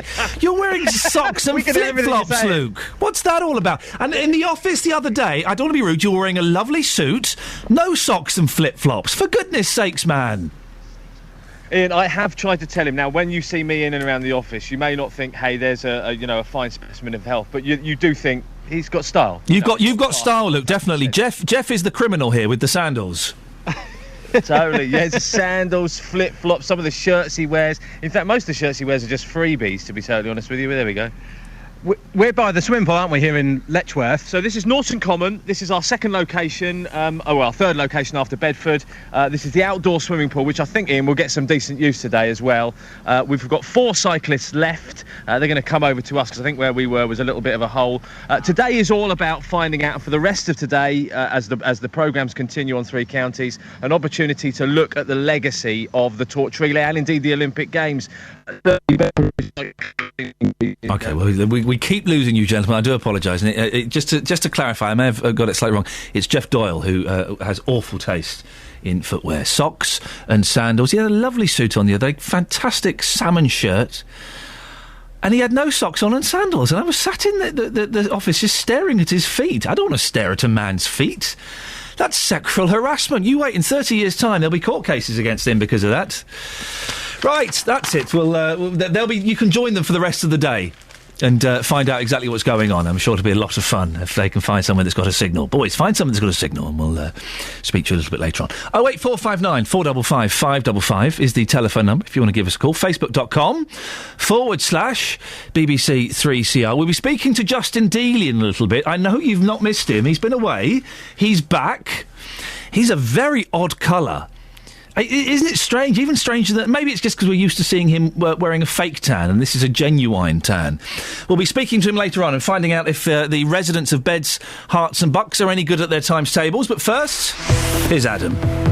Travel news for Beds, Herts and Bucks. BBC 3 Counties Radio. Slow moving on the A1 from Eaton Soken toward the Black Cat roundabout, then again as you continue south through Sandy. A bit busy then on the A1M from Hitchin towards Stevenage, and the A602 into Stevenage is looking a little bit slow as well around Aston. You might also find some delays as you go along the A602 to and from Hitchin, and the A505 a bit slow along Beach Hill as you go past Offley and in toward Luton. Things moving quite slowly on the M1 in patches from Junction 10, the Luton Airport spur toward 9 at Redbourne's a little bit slow. You've got a fair bit of traffic on the A5 in Dunstable, around Houghton Regis through Dunstable down towards Markyate, and taking a look at the Pointers Road. Carry on, Adam. I just hit something with my elbow. It's fine. Pointers Road, it psyched me out slightly. Pointers Road in Dunstable, we have delays because of the roadworks. Pointers Road is shut for major reconstruction works between the A505 and the Woodside Industrial Estate. It's going to be shut until September. The diversion takes you along the A505, Boscombe Road and Ports Avenue, all of which are looking quite slow. Plenty of M25 traffic slow through the roadworks, indeed slow on the approach to the roadworks as well near Cheshunt, then busy as you come from the M1 round toward the M40. Adam Glynn, BBC Three Counties Radio. Thank you, Adam. And it just goes to show, whereas I'm a clumsy fool, you, sir, are a consummate professional. Right, 8:46. It's Monday, the 8th of July. I'm Iain Lee. These are your headlines on BBC Three Counties Radio. Three-time Wimbledon champion John McEnroe has backed Andy Murray to win at least 6 Grand Slam titles after the Scot ended Britain's 77-year wait for a men's singles champion. Councillors in Milton Keynes are being accused of pressurising officers into cutting corners, leading to a multi-million-pound overspend in the recent revamp of Wolverton Station. In sport, world champion Sebastian Vettel of Red Bull held off the challenge to win his home German Grand Prix for the first time. Coming up, Justin Dealey's been quizzing you about your times tables this morning. We'll hear how you did, but before that, let's get the weather with Elizabeth Rossini. Beds, Hearts and Bucks weather. BBC Three Counties Radio. Hello, very good morning to you once more. We've still got some mist patches towards parts of Bedfordshire, but that should disperse over the next couple of hours or so. A little bit of cloud out there, but otherwise it's going to be warm, dry and sunny. Plenty more sunshine around for the rest of the day, just about everywhere across the three counties. In fact, the only clouds in the sky would just be those funny aeroplane trails, I think, at times. Temperatures on a par to what we saw yesterday. Now we're up between 26 and possibly 28 degrees Celsius. The best of the temperatures, I think, say for parts of Western Bedfordshire and Buckinghamshire today. So 28 in Celsius is of course 82 in Fahrenheit. Just a light northeasterly breeze. A beautiful evening tonight, and then overnight tonight a very similar night to what we saw last night. Some mist and fog patches forming again into tomorrow morning. Temperatures dropping to between 12 and 16 degrees, so quite uncomfortable I think for some of us, particularly in the town centres. And then for tomorrow, more of the same, more sunshine around again, feeling very warm, even hot. It will be cooler and cloudier on Wednesday, just a minor blip. The temperatures will be back up again on Thursday. That's the forecast. Every weekday morning, questions are asked. What should the government do next to stop people smoking? Who do you blame for our failing high streets? Opinions are formed. There is no place in a civilised society for people like that. They should get real. Part of me says it is wrong. And you get to have your say. I think the whole thing is absolute garbage, frankly. Join in with the big phone-in from 9. Not everyone will agree. What an interesting conversation. The JVS Show, weekday mornings from 9 on BBC Three Counties Radio. Well, it's the big story of the day. Andy Murray recovering after the Wimbledon ball, where he will have had the best seat at the table. He won it, of course. He beat the world number one in straight sets, but he also had to cope with the extraordinary pressure of trying to bring to an end the nation's 77-year-long wait for another men's Wimbledon champion. Well, after the match, Murray spoke about the problems of being the standard bearer for British tennis. The last 4 or 5 years, it's been very tough, very stressful. I think because it's just kind of everywhere you go, it's so hard to avoid everything because of how big this event is, but also because of the history and not Brit having won. It's been very, very difficult. I think now it'll become easier. I hope it will. Well, just how does someone cope with that weight of expectation and still succeed? Joined now by John Brewer, Professor of Sports Science at the University of Bedfordshire. Is it a massive amount of pressure? The British man hasn't won it for 77 years. Will Andy have been feeling that pressure? I'm sure he will have been, but the one thing that I think if you look at Andy Murray over the years that he's developed in is mental toughness. His physical stature has changed, we can see that, but mentally he's now a much tougher person, and I think that covers both off-court in the preparation for a tournament like Wimbledon, being able to cope with the pressure, the demands that the whole of the British public are putting on him. But I think he's able to live in his own bubble as well, and he puts pressure on himself because that's what all top-level athletes do.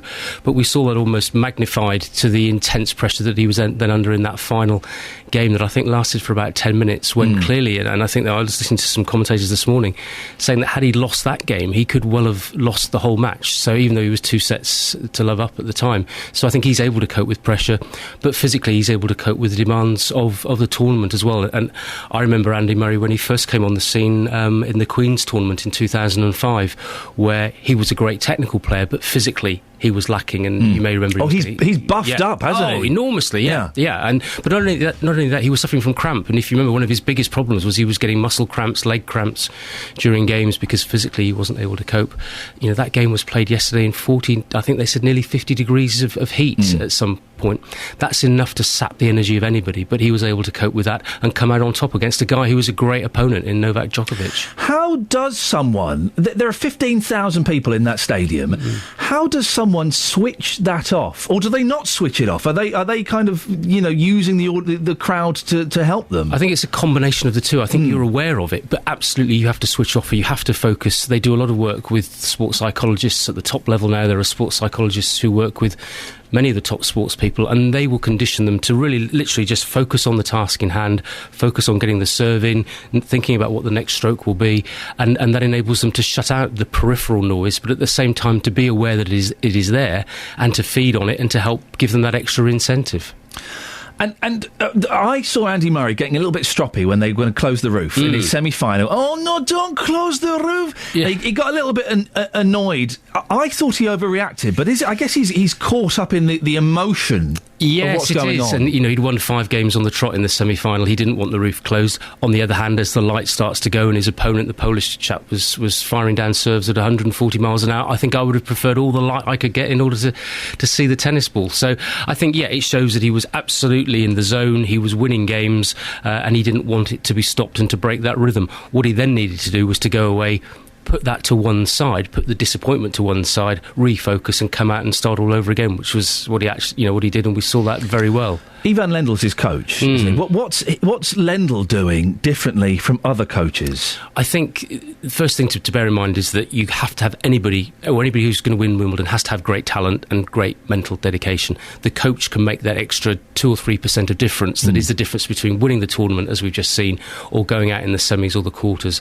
I think what Lendl has done is changed his mental approach, changed his physical approach, and get him to believe in his own ability and get him to believe that he can actually win major tournaments. He's won the US, he's now won Wimbledon, and hopefully this will just be the start, and we'll see now a period of domination. And just broadening the discussion out a little bit more, what I really hope is that we now do genuinely start to see some talented British players coming through to follow on from Murray, because we had the Henman era, we had the Murray era. I'm just slightly concerned that with the exception of Laura Robson in the ladies, we've got no one else coming through. And very quickly, will we see that? Because we were talking about this last week, that tennis is viewed as an elitist sport. You can't just grab a ball and go for a kick around, in the park. It's a bit specialist, isn't it? And it's been a perennial problem. A good friend of mine, Roger Draper, has been the chief executive of the LTA for many years. Roger is standing down. I think he's done a good job in getting the sport to become more accessible. They are now about to appoint a new CEO. Let's hope that with the post-2012 Olympic legacy, with the success that Andy Murray has had, it will now inspire a new generation of young people to pick up a tennis racket and have a go. And it's the same problem in America. As you rightly say, it has become slightly elitist. We want to make sure that it's a low-cost, low-entry cost sport so that kids from all walks of life can have a go at becoming the next Andy Murray. John Brewer, Professor of Sports Science, University of Bedfordshire, thank you very much for coming in. Nice to meet you. Go out and enjoy the sun, for goodness sakes. Right, now this morning, we'll squeeze this in before the end. We've been talking about times tables. I won't put you on the spot and ask you any maths. Don't you worry about that. Michael Gove says every 9-year-old should know their 12 times tables by heart. Well, I asked Justin Dealey to go out and find out how good you are at your times tables. Morning, Justin. Yes, hello, Ian. I have to say, the last time we did this, people were absolutely dreadful in Luton, but today the quality has been incredibly high. I've been asking people about their times table, putting people on the spot, and this is what happened. Morning, sir. What's your name? It's Gavin Hale. Gavin, are you ready to take the maths question I'm about to set you? You can go, yes. You don't look very confident. Early morning. Let's give it a go. Right, OK. What is 12 times 3? 36. You think you're good, don't you? Yeah. All right, then 12 times 3 minus 4 divided by 2. 16. Oh, 18. He was almost there then. 16. That was pretty quick. At school, were you an A-star maths student then? No. B. Here we have a very glamorous lady in her sunglasses. What's your name, madam? It's Carol. Carol, this weather, how great is this weather? It's fabulous. Makes you feel good, doesn't it? It's too good to be at work. Now, when you was at school, were you any good at maths? No. See, I was dreadful, but I blame that on the fact I had a very attractive maths teacher. What was your excuse? My maths teacher told me I was stupid. Harsh. Possibly true. Your words, not mine. So here is your question for you. What is 12 times 6? 72. Now, your teacher must have got this horribly wrong. That was very, very quick. Can I just confirm that for the purpose of this broadcast, I didn't give you that question in advance, did I? You didn't. I've come on in the world since then. I am staggered by that. OK, 9 times 12. Is 108. 9 times 12 minus 10. Is 98. 9 times 12 minus 22. Let's not get carried away here. It's first thing on a Monday morning. Morning, sir. What's your name? Morning, Phil. Random question for you. 6 times 6. 36. 12 times 3. 12 times 3. 36. 9 times 12. 9 times 96. Keep going. 84. Keep going. You're not going to work until you've answered this question, OK? OK. 9 times 12. 9 times. Just thinking about my breakfast, Karen. Yeah. 96. 96. 96. 108. 108. Well, hey! Well done. Congratulations. Your fingers, you realise that. Thank you very much. That's all right. Oh, that poor bloke, Justin. Why is he poor? Well come on, why? How long did that go on for? Unedited, about, 4.5 minutes? Oh, no. Bless him. Naughty Dealey. I know. So the reason you weren't good at maths is because your maths teacher was hot? Yes, she was very hot. I've got no idea what her name was. That slipped my memory. She was known as Misfit. Oh, dear. Really? Yeah, and she was as well. Oh, for goodness sakes, Justin. It's very unpleasant, this. But thank you very much for that this morning. Yes, thank you, Ian. 8 times 7. 8 times 7 is... how long could this go on for? 8 times 7 is... 8 times... You trying to get the app up on your phone, are you? No, 8 times... You trying to get the little app up? No, you're putting me under pressure now. That would be, 56? Oh, well done, Justin, for either looking at that on a piece of paper or working out how to use a calculator on your telephone. No, not at all. Not at all. Justin Daly, nice to have you back. Yeah, thanks, boss. You turning up tomorrow? Yes, I'll be here tomorrow, even more browner than normal, white boy. Even more browner than normal, white boy. Wow. If you want to send me an email, not to complain about anything you've heard today, please, it's just, email that to my boss. But if you want to send me an email with anything that you think we should be talking about on the show, the email address, ian.lee, IAIN.LEE @bbc.co.uk. I'll get all your emails and have a little look. Travel news for beds, cards and bugs. BBC Three Counties Radio. Still delays this morning through Dunstable on Pointers Road. It's looking very slow. We have the closure of Pointers Road for major roadworks. They're starting those today and they're going to be ongoing all the way through until September. It is shut off between the A505 at the Tesco roundabout and the Woodside Industrial Estate. It means you have to divert along the A505, Boscombe Road and Ports Avenue. It's looking quite slow along the A505 at the minute. A bit slow into Luton on the A6 as you come down from Barton le Clay. Mainly it's just as you get into Luton. A5 through Dunstable's looking slow. Short delay coming up to the Little Chef roundabout near to Bletchley and Milton Keynes as well. A41 from Hemel Hempstead down toward the M25 is busy. Short delay on the A414 in Hertford, and the A1 generally looking a bit better than it was. Still a bit slow at the Black Cat roundabout, maybe a bit busy on the A1M, but certainly as you make your way into London it's looking a little bit better. Plenty of M25 traffic though. It's slow into and through the roadworks anti-clockwise past junction 25, and then it's quite busy from the M1 at junction 21 round to the M40 at junction 16. Trains and tubes though running nicely. Adam Glynn, BBC Three Counties Radio. Thank you, Adam. Right, that's it. That's your lot. Don't forget to go to iTunes or the BBC podcast page and download this podcast. The best of. I'll be back tomorrow at 6. JVS is up next. Until tomorrow, from me, ta-ta. On FM, AM, online and digital radio. This is BBC Three Counties Radio. Thank you, Ian. Good morning. Welcome to the JVS show. I'm Jonathan Vernon-Smith. It's Monday, the sun is shining, and on this morning's Big Phone In, is there ever a good reason to drive children to school?